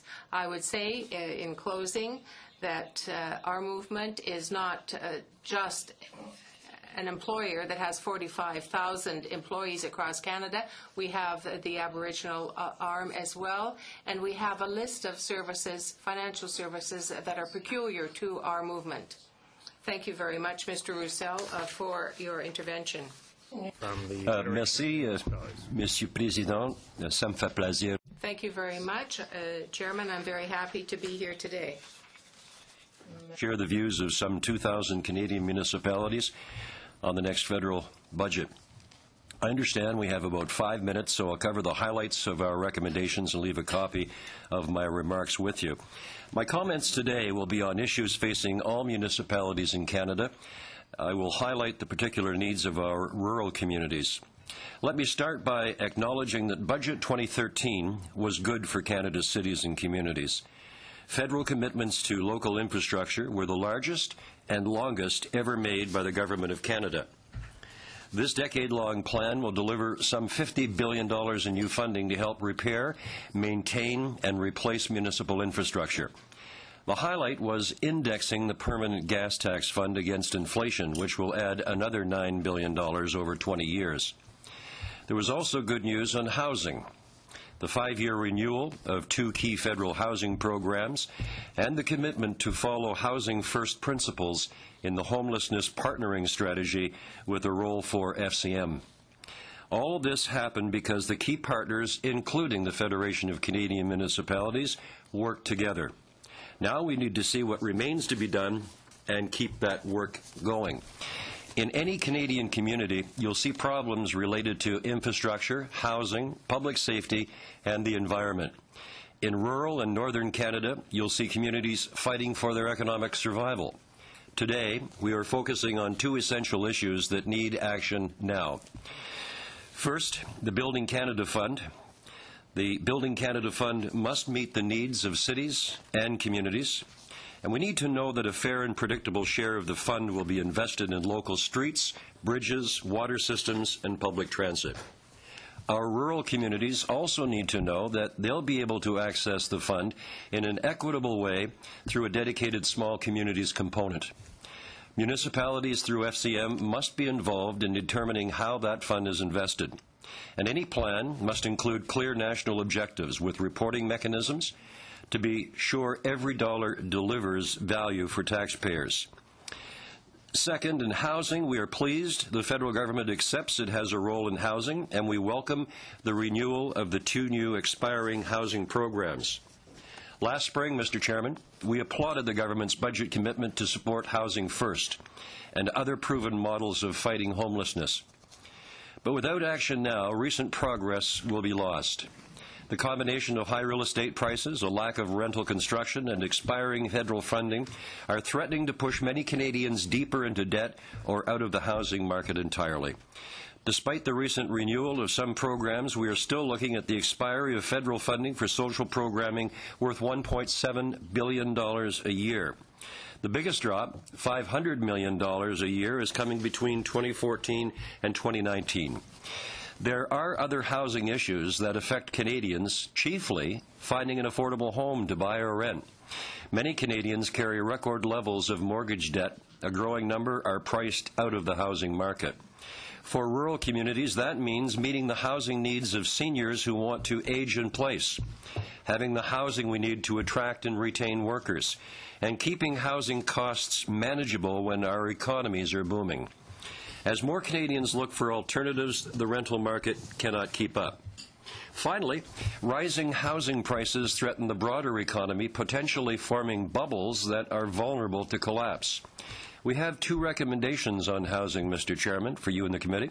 The Government of Canada first follow up on the commitments in Budget 2013 with a clear plan to work with FCM to implement Housing First programs and other proven models for getting homeless people into permanent shelter.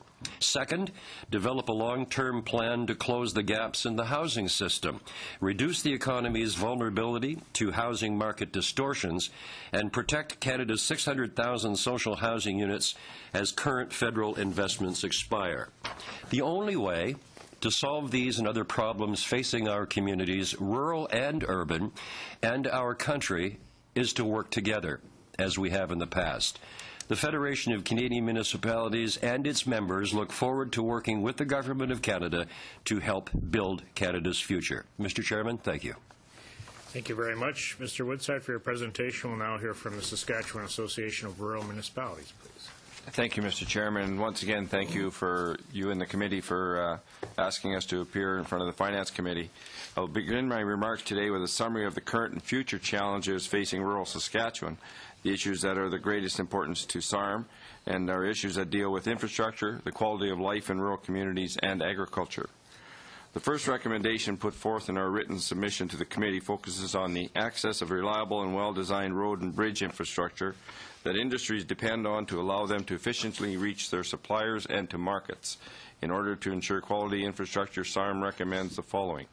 The criteria for the new Building Canada Plan programs needs to include a small communities component with population thresholds that are lower than those employed in past funding programs such as the Building Canada Fund and the community component. Lowered population thresholds will better represent the realities of small rural communities and ensure they are not competing with larger municipalities for the same funds. A portion of the infrastructure funding that is delivered through these programs should be earmarked solely for rural communities so rural projects are not competing with cities and towns for the same funding package. SARM also recommends that the federal government invest in the Northeast Quadrant Bridge project through the Western Economic Diversification, a pilot of non-traditional bridge design, a lower-cost bridge design that will benefit municipalities and, in turn, industries all across this country. The P3 Canada program needs to give more consideration the eligibility criteria for less densely populated areas in rural Canada, thereby making it more easy to access government funding for such essential rural infrastructure projects. SARM believes that rural-based industries such as oil and gas and potash would more seriously consider P3 funding if the program earmarked funding for rural-based projects.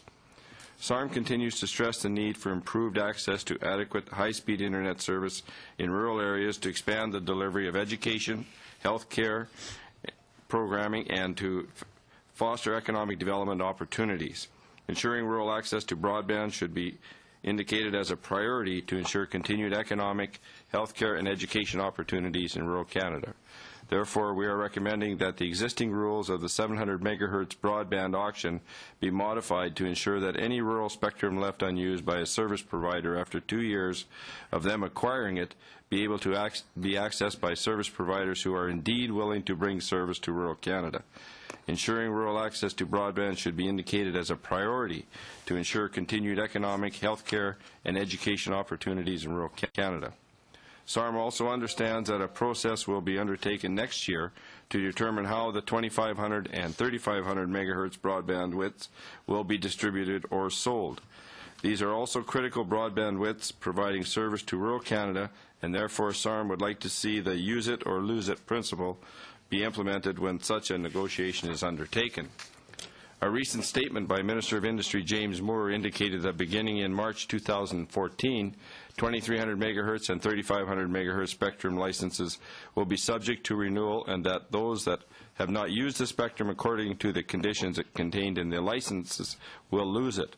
We appreciate this step made by the federal government to enhance rural access to high-speed broadband networks.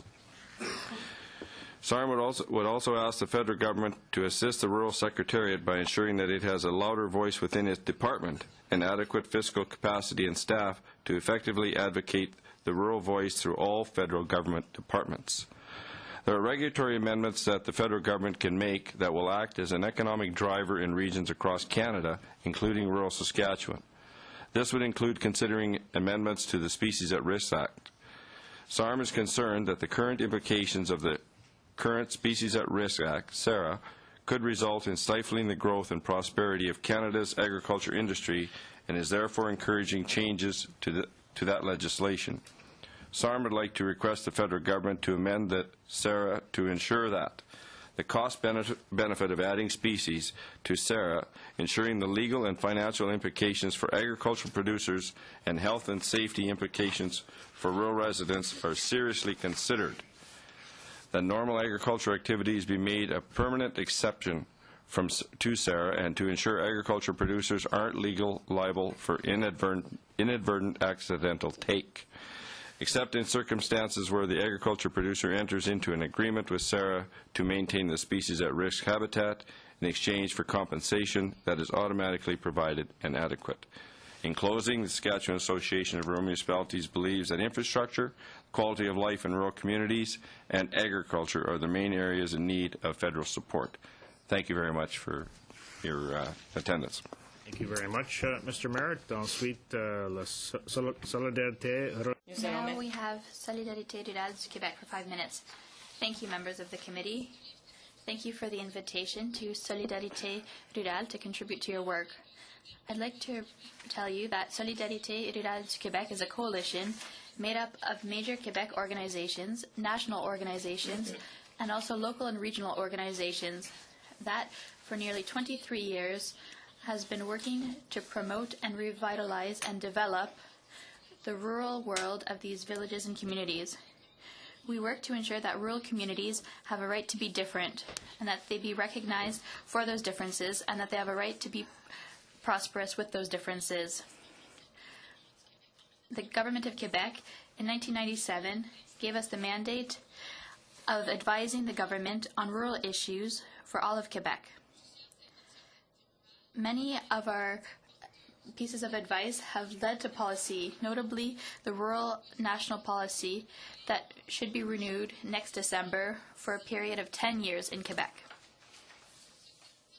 Solidarité Rurale has always said that the development of the rural world can not only be based on the sectoral policies like forest or agricultural policies, but that the rural world and its development must be based on a policy that has a broad vision for rural areas and that understands what rural communities are and what their differences are in all of the aspects of the rural world. In sum, we call for a federal policy of rural areas. That is the first thing the Government of Canada should have in mind if it wishes to put in place conditions that will ensure the prosperity of rural areas. That will allow people to understand that the standards or norms that are applicable in cities or urban areas are not applicable in rural areas. The difference between them is self-evident. It's also important to remind people that 95% of Canada is rural. And in Quebec, of the population in rural areas, only 6% of that population works in agriculture. So 95% of rural people who live in rural communities have other professions. So we need a broad overall vision of what are the different aspects of rural areas in Canada. That would allow the government to better target its actions. In Quebec, In Quebec, 25% of people live in rural areas, but that population produces 30% of GDP. So rural populations are essential to the prosperity of the whole nation. The invitation has already been issued, but we'd like to make it once again. Canada should have a broad vision that translates into a federal rural policy that goes beyond natural resources policy. That would allow us to reflect on new technologies for rural areas, on the environment, on manufacturing and culture. We need to talk about rural areas as places where people live and develop a real vision for this territory. We should also remember that rural areas are multifunctional. They generate economic activity, but we also live there, we travel there, we produce goods and services, and it's very different from one place to another. This first suggestion calls for a second. The government must do more to ensure prosperity in rural areas. It needs to have a structure that is dedicated to creating partnerships that lead to discussion about rural areas. Lastly, the government recently announced that the Rural Secretariat would be eliminated. This secretariat had the mandate of creating those partnerships and networks and creating alliances that allowed for discussions to find solutions to rural issues. We fear that the loss of expertise will hinder our capacity to innovate and adapt and be competitive, even at the international level. We think the Rural Secretariat should be maintained in Canada. Third action, we invite the government to invest to ensure the prosperity of rural areas and to offer to rural communities the levers they need for development. We must realize right now that our community, economically and socially and environmentally, cannot be built without citizens from all communities. And the examples of Wallace and Moonbeam that have been offered earlier show it. Rather than imposing and controlling communities, we need to learn to accompany them and to trust them. This should be done by providing appropriate tools to do so. The National Rural Policy does that in Quebec. It gives communities the means and the levers they need to develop themselves. We recommend that the Government of Canada put in place such a policy with such levers. The National Rural Policy in Quebec has been recommended by the OECD in 2010 as the best in the world in terms of rural policies. Thank you. Thank you, and I would like to highlight that a number of measures, that without these measures, we won't be able to have prosperity for rural areas if these measures aren't reflected in these rural areas, especially internet connection and obligations. Thank you very much.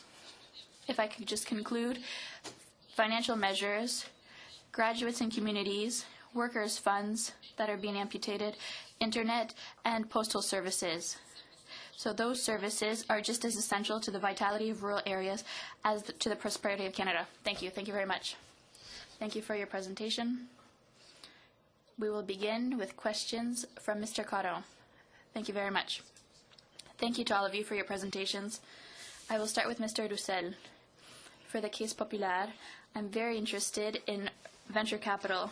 You made a good presentation on the regional movement of Mouvement Desjardins, the Desjardins Group. There are 48,000 jobs that have been created or maintained in Quebec in over 340 companies, especially in rural areas. And $240 million were invested in 2012. That's pretty impressive. I hope you'll be congratulated by the government because we've talked about the elimination of the venture capital tax credit, which will imperil many of those Quebec investments in venture capital. They're a leader in terms of venture capital. First, I'd like to know, perhaps if in 1 minute you could explain how it works, how it goes into the Quebec economy in this case, and why it can't apply immediately to the Canadian context. Why are you talking about a model for the rest of the country? In fact, regional and cooperative capitals, well, this is a company that has funds from Quebecers. Over 100,000 Quebecers have already participated. They've made financial contributions to this fund. And part of it is from the Government of Quebec. There's a 50% tax credit that allows the fund to invest in local communities and projects in all of the resource regions of Quebec, in small and medium-sized businesses, as well as in the forestry sector, for example, and in cooperatives, workers' cooperatives and consumers' cooperatives. So this allows us to identify new projects for regional communities, and then we can create employment and maintain employment. And I think that's very important for the vitality of our resource regions in particular. And that's the model that we believe could in fact be applied through all Canadian provinces. The government announced a 10-year plan for venture capital that $400 million will be invested, even though they refused and offered for $2 billion over 10 years from the Venture Capital Workers Fund. Have you already started to talk about this with the federal government? Have you talked about applying this model? Yes. We've asked the Government of Canada to examine this model because it ensures that it will take Quebecers' savings, in this case it could be Canadians, so that they'll be invested directly into communities. So there's participation from individuals themselves in their investment. So I think it's a good model that we should use, and it will allow us to continue to apply and to support our companies, whether they're small or large, especially for small and medium-sized businesses in our local communities. What has the response been from the federal government to date? Up till now, we've discussed the model, but we haven't received a definitive response in terms of this project. Thank you. Now, Mr. Phillips, in your brief, you talked about Farm Credit Canada and the fact that the mandate of Farm Credit Canada is getting to be pretty broad and is reflecting credit unions and the Caisse Populaires. So what would your specific recommendation be in terms of Farm Credit Canada's mandate to ensure that the mandate complements that of credit unions rather than competing for the same market share? Right. If we look at crown corporations such as Business Development Bank of Canada and Export Development Bank of Canada, then their statute clearly states that they should behave in a manner that's complementary to the private sector institutions. In other words, they should behave as partners to private sector institutions. That is not a feature of the Farm Credit Canada legislation. So our suggestion is that that legislation should be like the legislation that applies to other state-owned enterprises, that it should require that FCC conduct themselves in a manner that is complementary to private sector institutions. Credit unions feel this much more than banks because frequently they're in rural communities. A large portion of their book is agricultural, so they're feeling this competition from a non-taxed, non-regulated entity very directly. We look at how FCC has increased its market share considerably over the last few years. Another aspect, another request is that they be subject to a mandate review. They haven't really had their mandate reviewed by a parliamentary committee for many years. We think it's long overdue, and it would be in the context of that review that we would pursue this request for complementarity in its mandate. Just to come back to the question of venture capital, on the Caisse Populaire model, have you developed such a model for the rest of the country? Or do you support the initiative or the proposal of Caisse Populaires?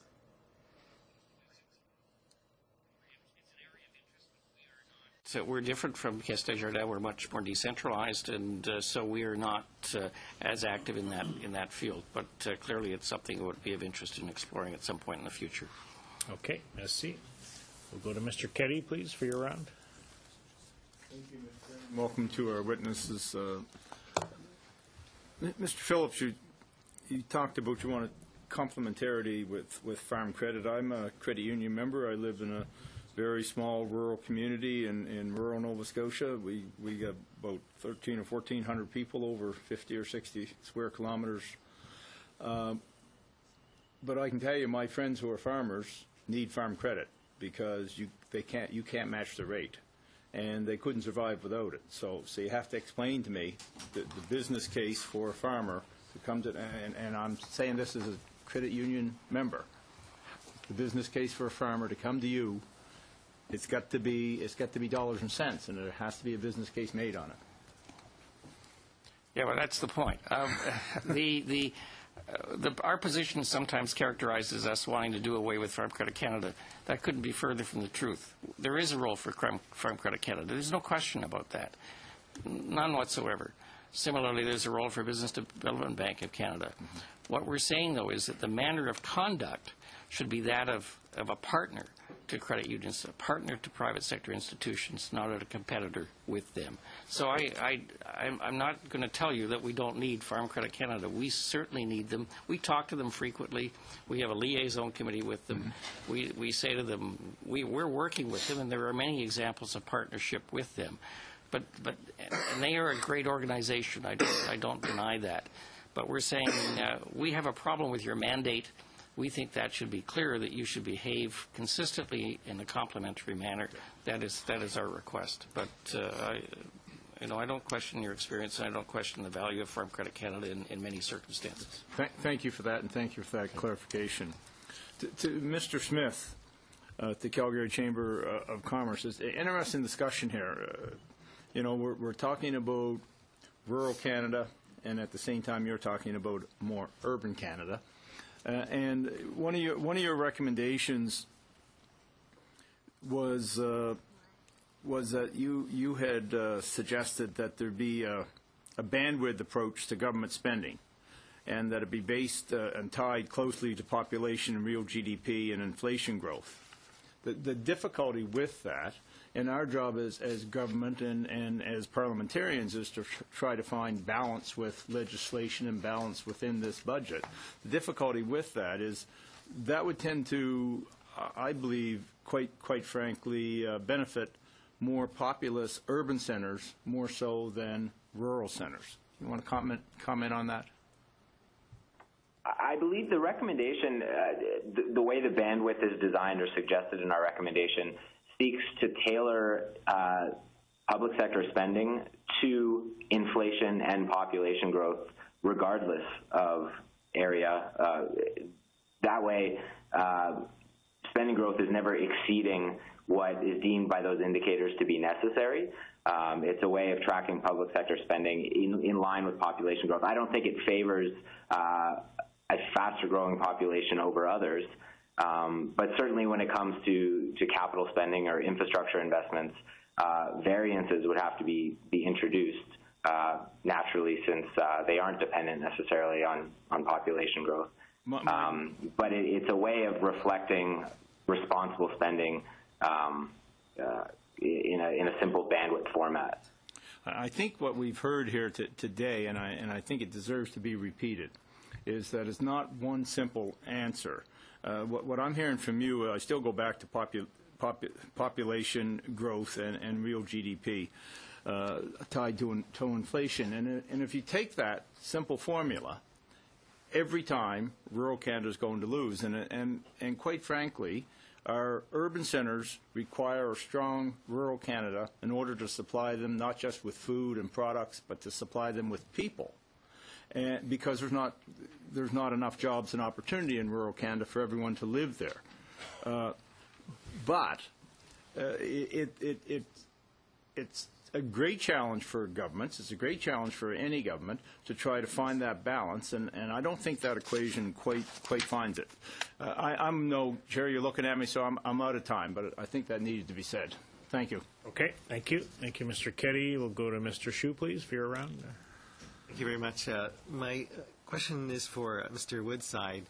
A number of municipalities, including the one that one of the two that I represent, have not been able to access the Building Canada Fund for the 2014 building season for infrastructure projects that are all ready to go. You spoke about equitable access. Can you just give me an update on what the situation is? Do municipalities know how to apply for federal funds from the Building Canada Fund, and has that issue been resolved?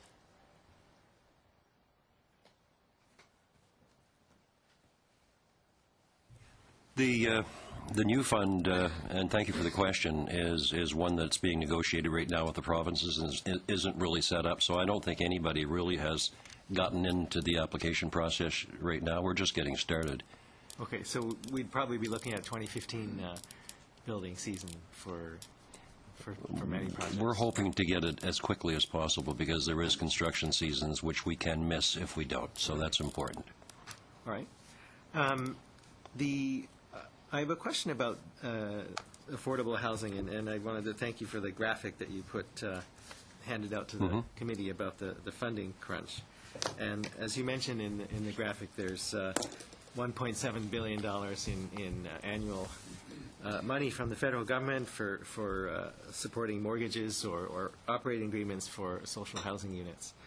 In the city of Kingston, for the next 4 years or so, that amounts to about $200,000 in lost funding from the federal government. At the same time, the city of Kingston is legislated to have 2,003 units of housing. So there's a legislative requirement for the city of Kingston to provide those housing units. There's also a moral responsibility because the queue for affordable housing is quite long in Kingston. The vacancy rate is something like half percent. My question for you is it reasonable to ask the federal government to simply keep that funding steady by reinvesting funds from expiring mortgages or operating agreements? Well, just keeping that funding level. Yeah. And that would mean that the taxpayers of Kingston would not have to make up this difference. This is the time of year that the city council goes through the budget and tells the taxpayers how much their taxes have to go up, and this federal government policy is contributing to increased property taxes in Kingston. Well, I appreciate that, and we in Fredericton are going through the same process. But bear in mind that municipalities are working with 8 cents out of every dollar. That's what we run our municipalities on, which is becoming increasingly different. With respect to housing, in many places it's not legislated, but it is indeed moral. And I would suggest, Mr. Chairman, almost a human right that people have housing, and it's very predictable to us as we see what is happening without that federal funding. Where would it lie? It's a Canadian responsibility, not just a municipal responsibility. And with 8 cents, I hardly think that we have enough left over for practically anything, despite what we're trying to do now. Okay. Thanks. Okay, I won't try to get you to say what I would like to say, which is that I think I think that we could simply not cut funding anymore and simply reinvest the expiring investments in affordable housing. My next question is, and I'm not sure who wants to answer this, but there's in a rural part of my riding, Wolf Island, which is a bit isolated. You have to take a ferry to get there. There's one gas station, and that gas station has to replace its tank for environmental reasons. But the operator's getting old, and it's quite a bit of a capital commitment to replace that tank. And I'm wondering if that might be a situation where a cooperative might take over. And do we need it to make it easier or give people more information to ask that question? Maybe the community should get together and make a cooperative out of something? Can we have one person respond briefly to that? Mr. Phillips? Yes, I could answer that in terms of what happens in our industry.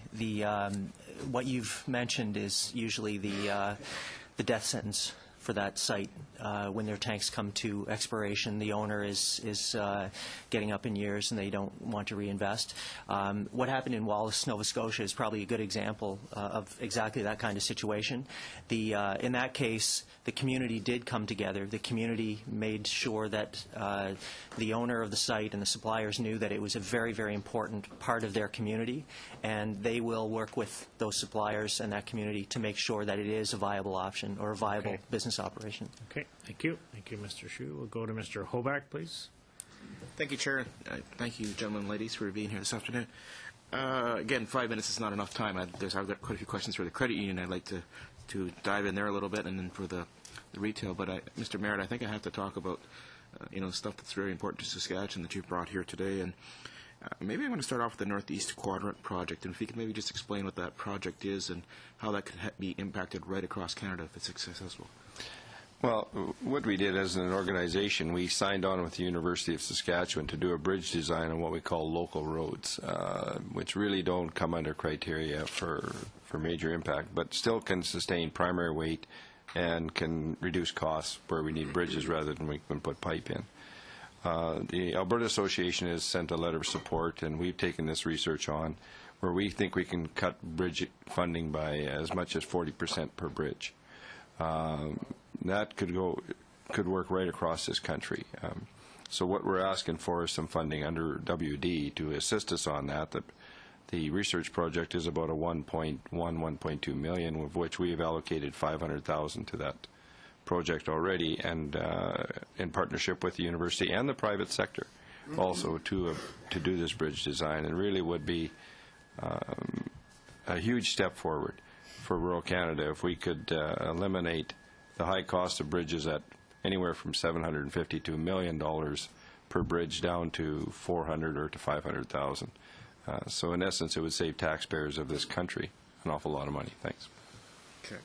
And then you also talked about the P3 program and how that can be used at the municipal level for RMs. Are you talking about taking, let's say, road rehabilitation, home pile small bridges, and clumping them together into one bigger P3 application? Or are you talking about maybe 2 or 3 RMs going together, putting projects together, and then trying to clump that into a P3 application? Or what's your thought there? That's what we're trying to do on some of what we call municipal corridors, and I think they're right across this country, I think from county to county, and they're major grid roads or municipal systems that I think when we're looking at things like that, or bridges.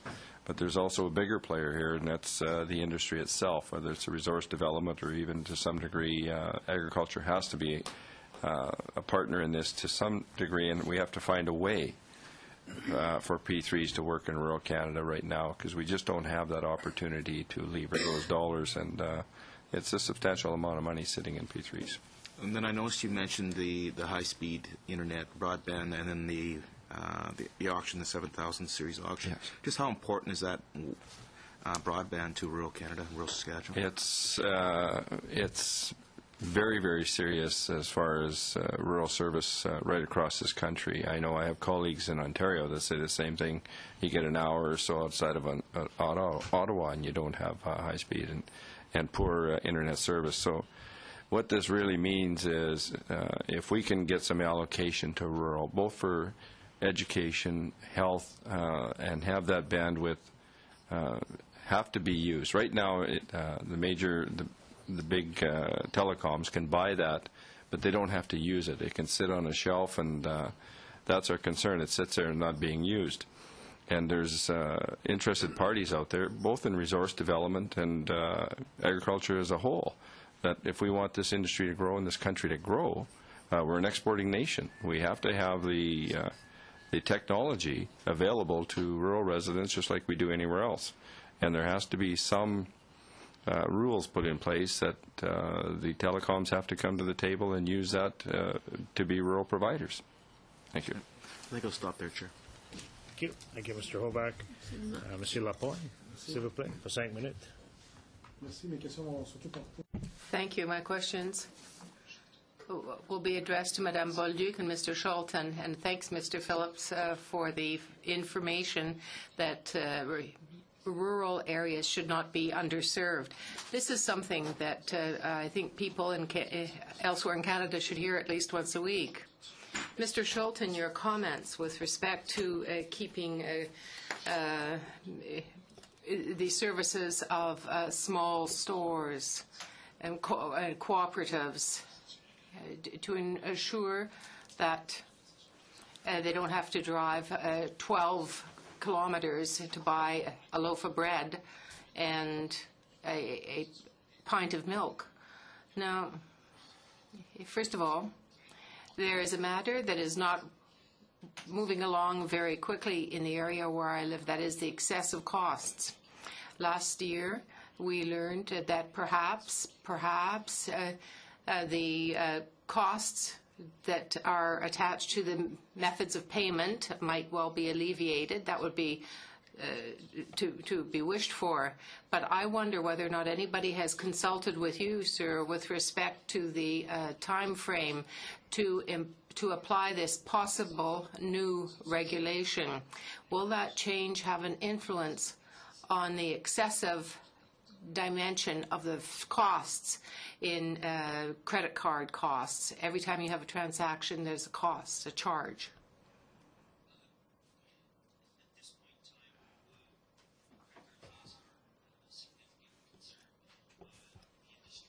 Lost as a whole $254 million last year. At the same time, credit card fees that the industry incurred were in excess of $825 million.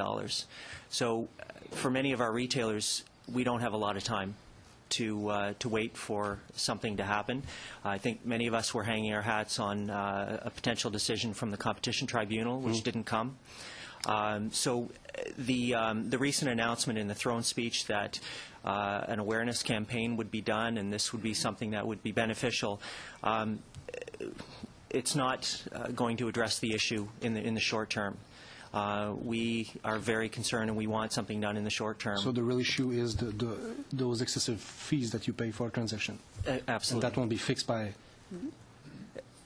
I think I can understand the logic in the awareness campaign, in making sure that the general public knows what they pay or what retailers pay for a credit card transaction.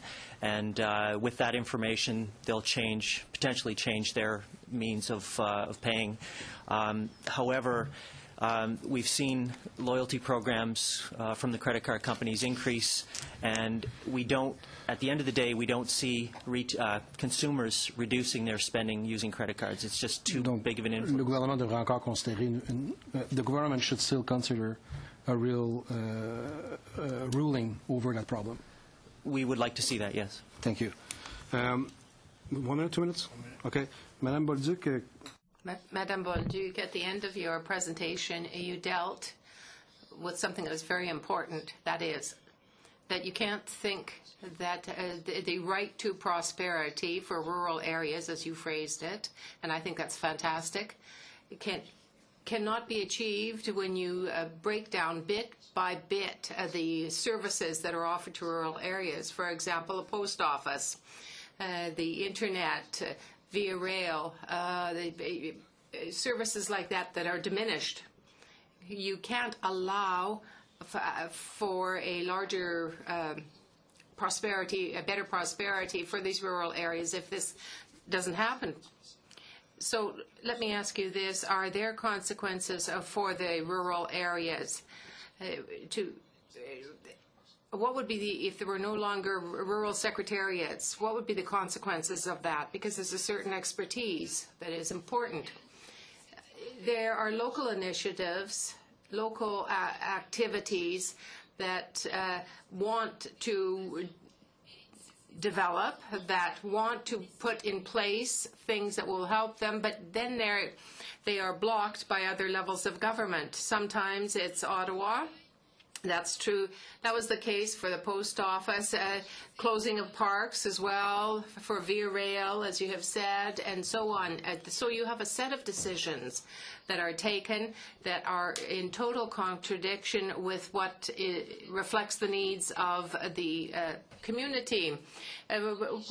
This is why we'd like to have a federal policy for rural Canadians, in a sense, that would allow for the needs of the rural areas to be recognized. And they are different. Rural Saskatchewan is quite different from rural Quebec, and so the same can be said for the Maritimes, for the rural Maritimes. With respect to the second part of your question, with respect to implementation, I don't quite understand what you were getting at. On the rural secretariats, it would be information, knowledge, and expertise to allow us to reflect on the future of our areas. Time for witnesses to answer their questions. We will go to Mr. Jean, please. Thank you, Mr. Chair. Well, I guess I'll start on my favorite subject, which is infrastructure. I'm from Fort McMurray. I think and I have a condominium in Quebec that I've had for 8 years, and I would say after visiting the country, I don't think there's anywhere with a bigger infrastructure deficit than in my hometown of 50 years, Fort McMurray. So I'm going to start first of all with 2004-2005. The FCM came forward and identified $123 billion in infrastructure deficit across the country. I think it was the first of its kind, and they identified, as I said, that there was a $123 billion infrastructure deficit. The federal government responded in 2006, the Conservative federal government as it was elected then. They responded with the biggest infrastructure rollout in the history of Canada, and now it's the longest infrastructure rollout in the history of Canada.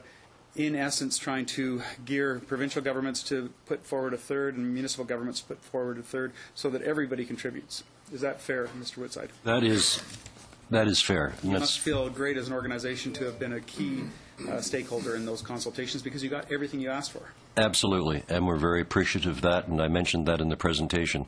It did give us an opportunity to in fact, participate in the process at the various stakeholder meetings that you had. We felt, as an association, that it was a true partnership, and that's very important to all of us. And is that how you feel today on an ongoing basis? Because obviously I know you're in ongoing consultations on a continual basis with the federal government, and do they seem to be listening to you now? They seem to be receptive. We're happy with the relationship that we have with not only the government, with all the parties on the Hill. And things don't change that much. I mean, we're focusing right now on housing, but the infrastructure is a very, very important, part of what we do as well. But you must be happy because you've changed it from an infrastructure deficit report to a report card on infrastructure. Oh, I'm happy. On your main page. Now, I'm happy. Now, when you say I'm happy, are you telling me the FCM is happy? Can I say that? Because you represent all. I have limited time, and I do have a question. No, and I'm not being facetious. But you represent. We're very appreciative. We're representing 2,000, which is 90% of the population of Canada. Correct. 2,000 municipalities. Correct. And your organization is happy? We're very happy. We're happy with the relationship and the fact that we're working together collectively to solve problems. I noticed on the 2013 report card that 75% of the 75% of the respondents said that the roads were fair, good, or very good as of today. And I know there's a lot more work to be done, but 75% of the responses said they were fair, good, or very good. Now, that goes much further than what you identified in 2005, 2006, when this government came to power. Is that not correct? That's correct. All right. Now, as far as housing goes, you've identified that as a key component on your website as well. Correct. Is the federal government responding, or at least seeming like they're responding in a similar basis as we did in 2006? We have no reason to believe that they won't. Now, why can't my city and my constituents get more money than every other city in the country? Well, I'm not sure that's accurate, and I really don't know about every other city in the country, but I know last year in my city, the provincial government cut us 75% of our unconditional grant. That's a huge hit, 75%. And in fact, it's fair to say, too, that infrastructure, I know it's a Canadian issue, but truly you recognize that under the Constitution, we can only be a funding partner to the provinces because that is solely their jurisdiction. That's what we're asking for. We're asking for a partnership between the federal, provincial, and municipal level to address these. But it's the provincial government that has the final authority on what gets funded, how it gets funded, when it gets funded, when it gets built. That's correct. And all we can do is come to the table, listen, provide money as a partnership, provide obligations to that money to provinces and municipalities, much like we did with the gas tax fund. Right. which was another recommendation, I Yes. think, originally from James Moore when he was in opposition, and then the Federation of Canadian Municipalities came along and said, do that. I think we've done well. Well, And there's so still a the long way to indexing, go. You appreciated that indexing? Indexing certainly do. It's a huge figure over the 20-year period, and it makes it actually worth something in real terms. Now, I know in your on your website you also identified that before the Conservatives came to power in 2006, there was 2 decades of declining infrastructure investment by the federal government and all governments. You didn't know that was on your website, did you? It is there, I promise. And in fact, on page 63, you've identified in the report card that almost, I think, 60% of the population is represented by those communities, the rural components of the communities, and that this federal government is actually paying attention to rural communities as well as big cities. Correct. Thank you, sir. Thank you. Thank you, Mr. Jean. Ensuite, Monsieur Côté, s'il vous plaît. Merci beaucoup, Monsieur le Président. Thank you very much, Chairman. My questions are for Mr. Smith in Calgary. I'm very happy to speak with you, Mr. Smith, and that the problems, the communications problems were settled. Calgary and Quebec are twinned, and we share a variety of interests, many commonalities, the problem in recruiting workers, housing problems. And one day, if Gary Bettman ever allows us to do, maybe we can have a professional hockey team that'll beat the Flames. There's something very interesting that I'd like you to look at in terms of government spending, in terms of a more foreseeable, consistent system. This week, with respect to the shortfalls in programs that weren't carried out, and you can even talk about infrastructure funds that were not allocated. It was mentioned that given these problems that both Quebec and Calgary face, do you want to address this issue of the unspent funding by the federal government in this area? I agree. I'd like to see another Canadian NHL franchise, although I don't think it would take a professional team to beat the Flames at this point in the season. But I unfortunately can't comment specifically to any unspent funds or funds that have not been drawn down. I'm just not as familiar with the issue as I should be, although infrastructure improvements and federal infrastructure funding for the City of Calgary are extraordinarily important. Mainly for the reasons that I outlined earlier. We're facing just unprecedented growth challenges that are putting great strain and pressure on the existing infrastructure in our city and necessitate not only expansions but repairs and improvements to the existing infrastructure that we have in place. So all funds I see are certainly necessary and should be drawn down on. Monsieur Woodside, est-ce que vous voudriez ajouter quelque chose? Would you like to add something, Mr. Woodside, further to the question that I asked?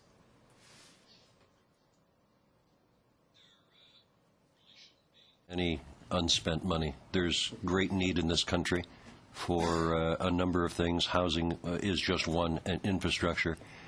So there shouldn't be a whole lot of money left over. Très bien. Il me reste combien de temps, Monsieur le Président? How much time do I have left, Sharon? 2 minutes? Thank you. I'll come back to you, Mr. Smith. I'd like to bring another topic up. Since you're from the Calgary Chamber of Commerce. Listen, some weeks ago, the first, Tiff Macklin, the Deputy Governor of the Bank of Canada, talked about the performance of the economy, and particularly the problems faced by our major exporters, manufacturing exporters, because some even have abandoned their industry. This is a major problem in Quebec. Is this a problem for you in Calgary? Calgary specifically, I believe manufacturing only represents about 6% of our municipal economy, which is fairly lower than other municipalities or large municipalities in Canada. So I don't think it's as much of an issue, although exporting in general is extremely important, and not simply access to markets for our energy resources, but simply being competitive and more productive from a workforce perspective, so that our exports are competitive on a global scale, is extremely important. So I think that there are challenges that exporters are facing across our country. They may vary to some extent by industry and by sector and by particular challenge, but I'd agree that there is a similarity there between Quebec and Calgary. Okay. Okay, so Merci beaucoup, Monsieur le Président. Mr. Côté. I'm going to take the next round. I'll continue with you, Mr. Smith. I'm a fellow Albertan. I represent the riding of Edmonton-Leduc. So I have both urban Edmonton and I have rural areas, as well as some smaller communities. In your presentation, your second recommendation talks about labor shortages being a top barrier to competitiveness. Would you agree for both rural and urban Alberta that is the #1 challenge facing businesses? I would agree. We recently had a meeting with the Alberta Chamber of Commerce, and both representatives from Edmonton and Calgary, as well as rural municipalities and rural areas, were present, and that was certainly a common theme. The labor shortage in Alberta is unique. I understand that this is a problem facing Canada as a nation as a whole, but whereas our eastern counterparts are facing more of a skills gap, where the particular skills needed in the workplace are not necessarily readily available within the workforce. That's simply not the case in Calgary or in Alberta overall. We have very low unemployment, which suggests that it's truly a labor shortage overall that is the problem, both in heavily populated urban centers as well as rural areas of the province. And that would be for all types of skill sets. I mean, that's what I hear from businesses from my area, whether it is in Edmonton, whether it's in manufacturing, whether it's in the hospitality industry. The #1 issue they raise with me is constantly on the labor side.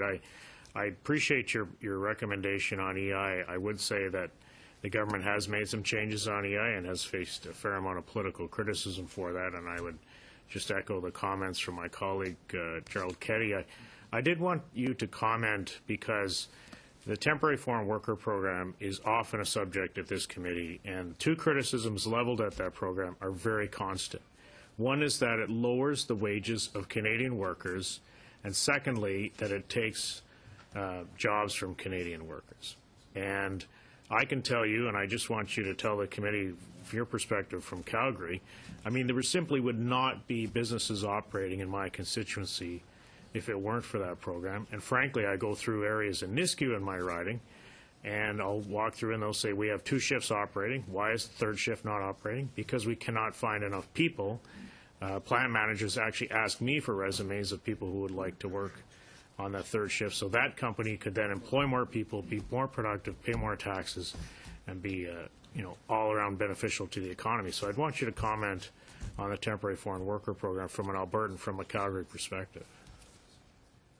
And I should be clear that the recommendations that were submitted to the committee were submitted by my predecessor. I've simply been in this position for the last month or so. But I will comment and say that any effort on the part of our federal government to increase the pool of skilled and unskilled labor in Alberta is a welcome and noble effort. As you say, this is a serious and critical problem for our businesses. It's leading to great uncertainty. It's reducing levels of investment by companies. It's reducing their will to expand.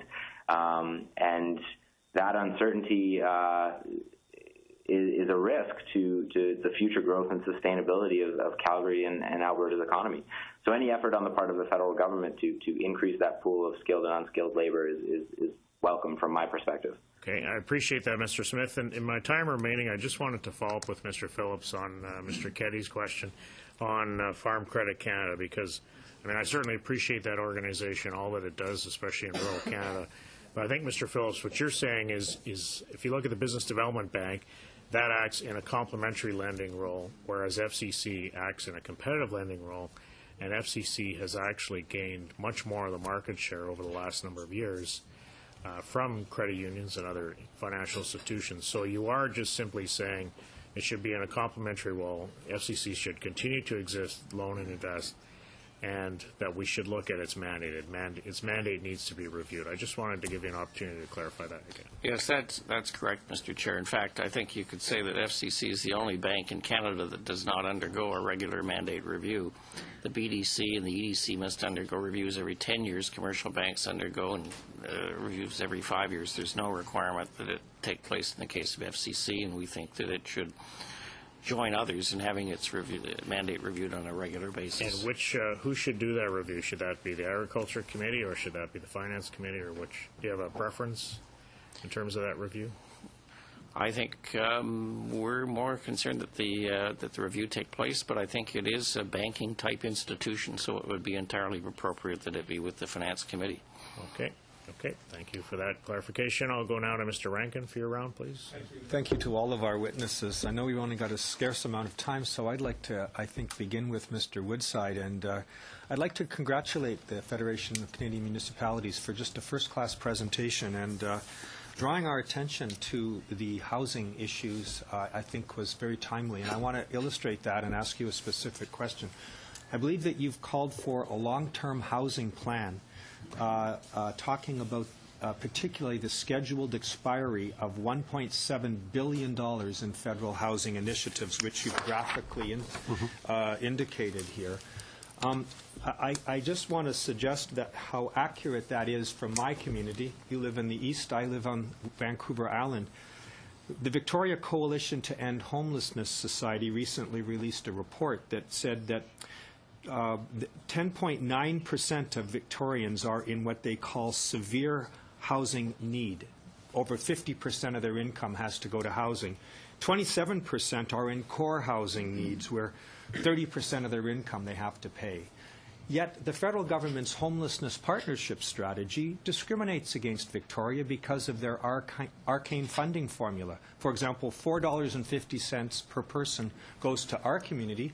Across the strait in Vancouver, it's $9 per person because they go after cities, not regions, which, of course, is a significant issue.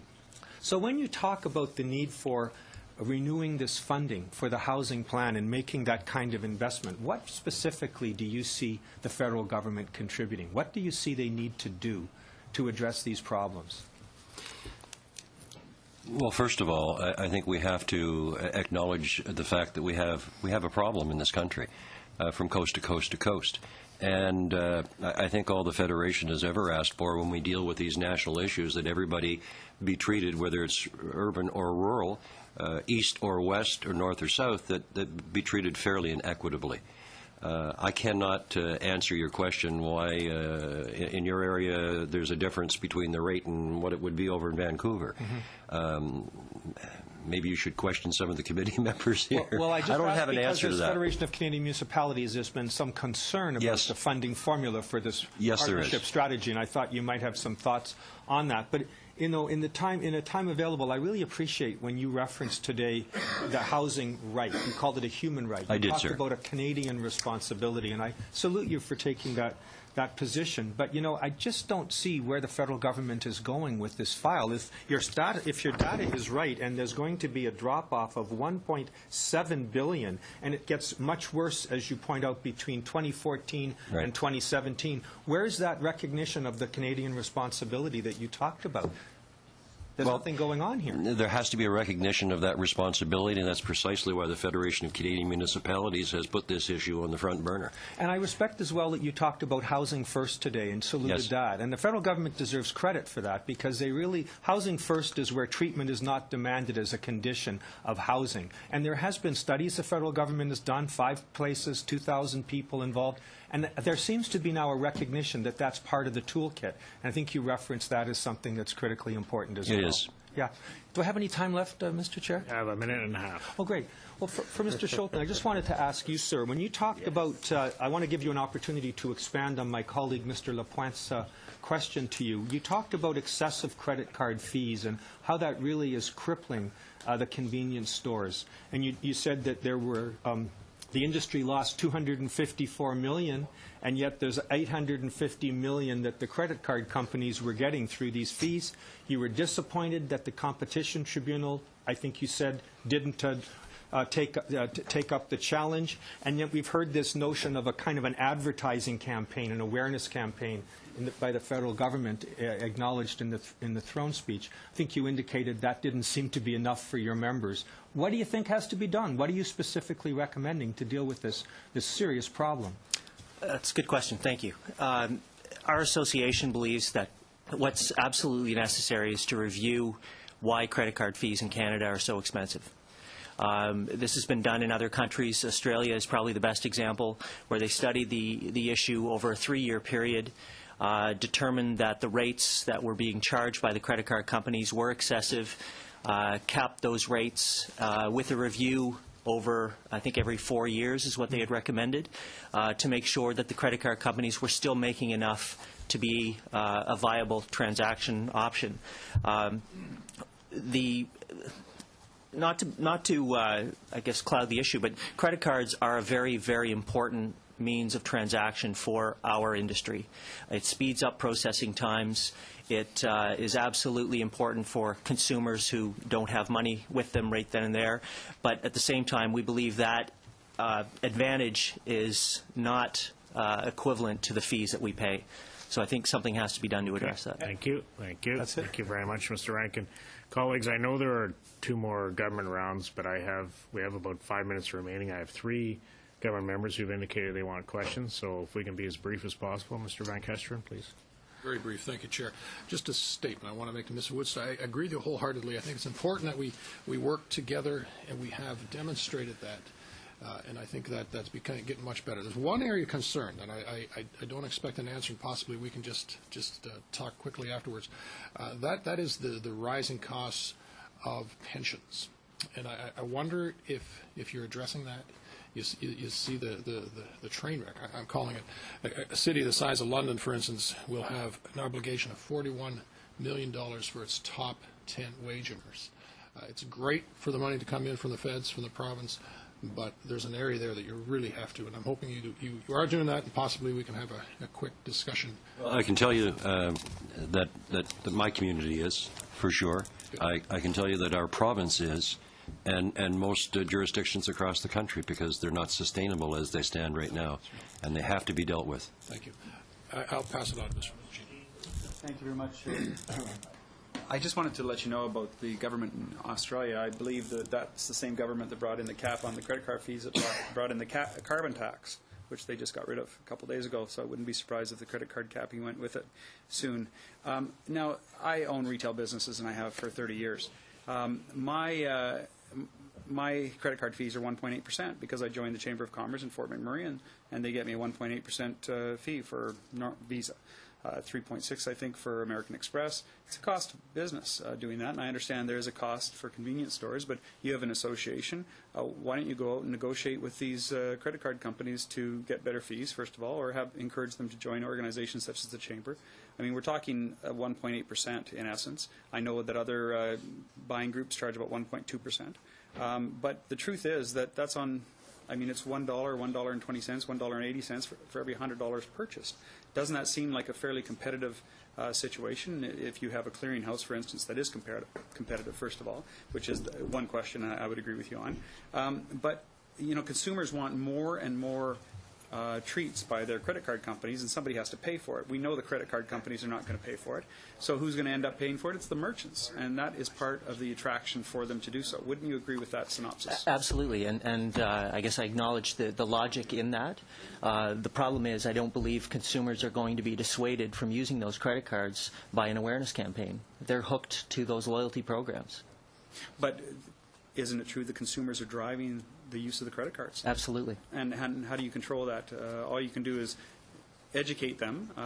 The truth is, if you cap it, it's going to cost consumers somewhere else for that cap. And I see you agreeing with me on that. Well, I would say right now, with the way credit cards are and the fees that merchants pay, all consumers are paying for those fees. And ultimately, consumers are always going to pay for those fees because your companies won't pay for it. The consumers that purchase will, one way or the other. Well, what we're saying, and our association members are saying, is if credit card fees are reduced, the price of goods and services in our stores will be reduced. Absolutely. So ultimately, consumers are paying whether they're reduced or whether they're more. It's a competitive market, and consumers are ultimately paying. So they're going to make the choice on what's the best credit card, what gives them the best reward, and what stores to use it at. And just a very, very slim question, if I may. I just want to go to Mr. Wilkes for one. Certainly. Is that? Absolutely. Can I do that? Okay, Mr. Wilkes for 1 minute, please. Thanks, Chair. And my question is quickly to Mr. Phillips, and you can answer me later or maybe make a submission to. But with regards to some of the regulations that are having a disproportionate impact on financial businesses with less than 100 employees, and that the regulators should be required to consider alternate approaches, what are some of the regulations that have been disproportionate impact, and can you explain some of the alternative approaches you might want to put forward? Well, I'll respond to you more fully, but certainly anti-money laundering is a huge burden on credit union organizations. Obviously, we're not in favor of money laundering, but the compliance, especially in the area of records maintenance and tracking, is a real burden for small institutions. And an inordinate percentage of staff time goes into this kind of compliance work. We see another area burgeoning, which has us concerned, and that's the anti-spam legislation, which we're awaiting the final regulations, but we see that as another source of administrative burden that probably is more than it needs to be. We haven't seen the final version, so we're hopefully that we'll see something that's lighter than was originally there, but there are two examples. Okay, thank you. Thank you, colleagues. I want to thank our witnesses on behalf of all the members of the committee, both here and in Calgary, for joining us here today. We're responding to pre-budget. Merci beaucoup à tous. Meeting adjourned.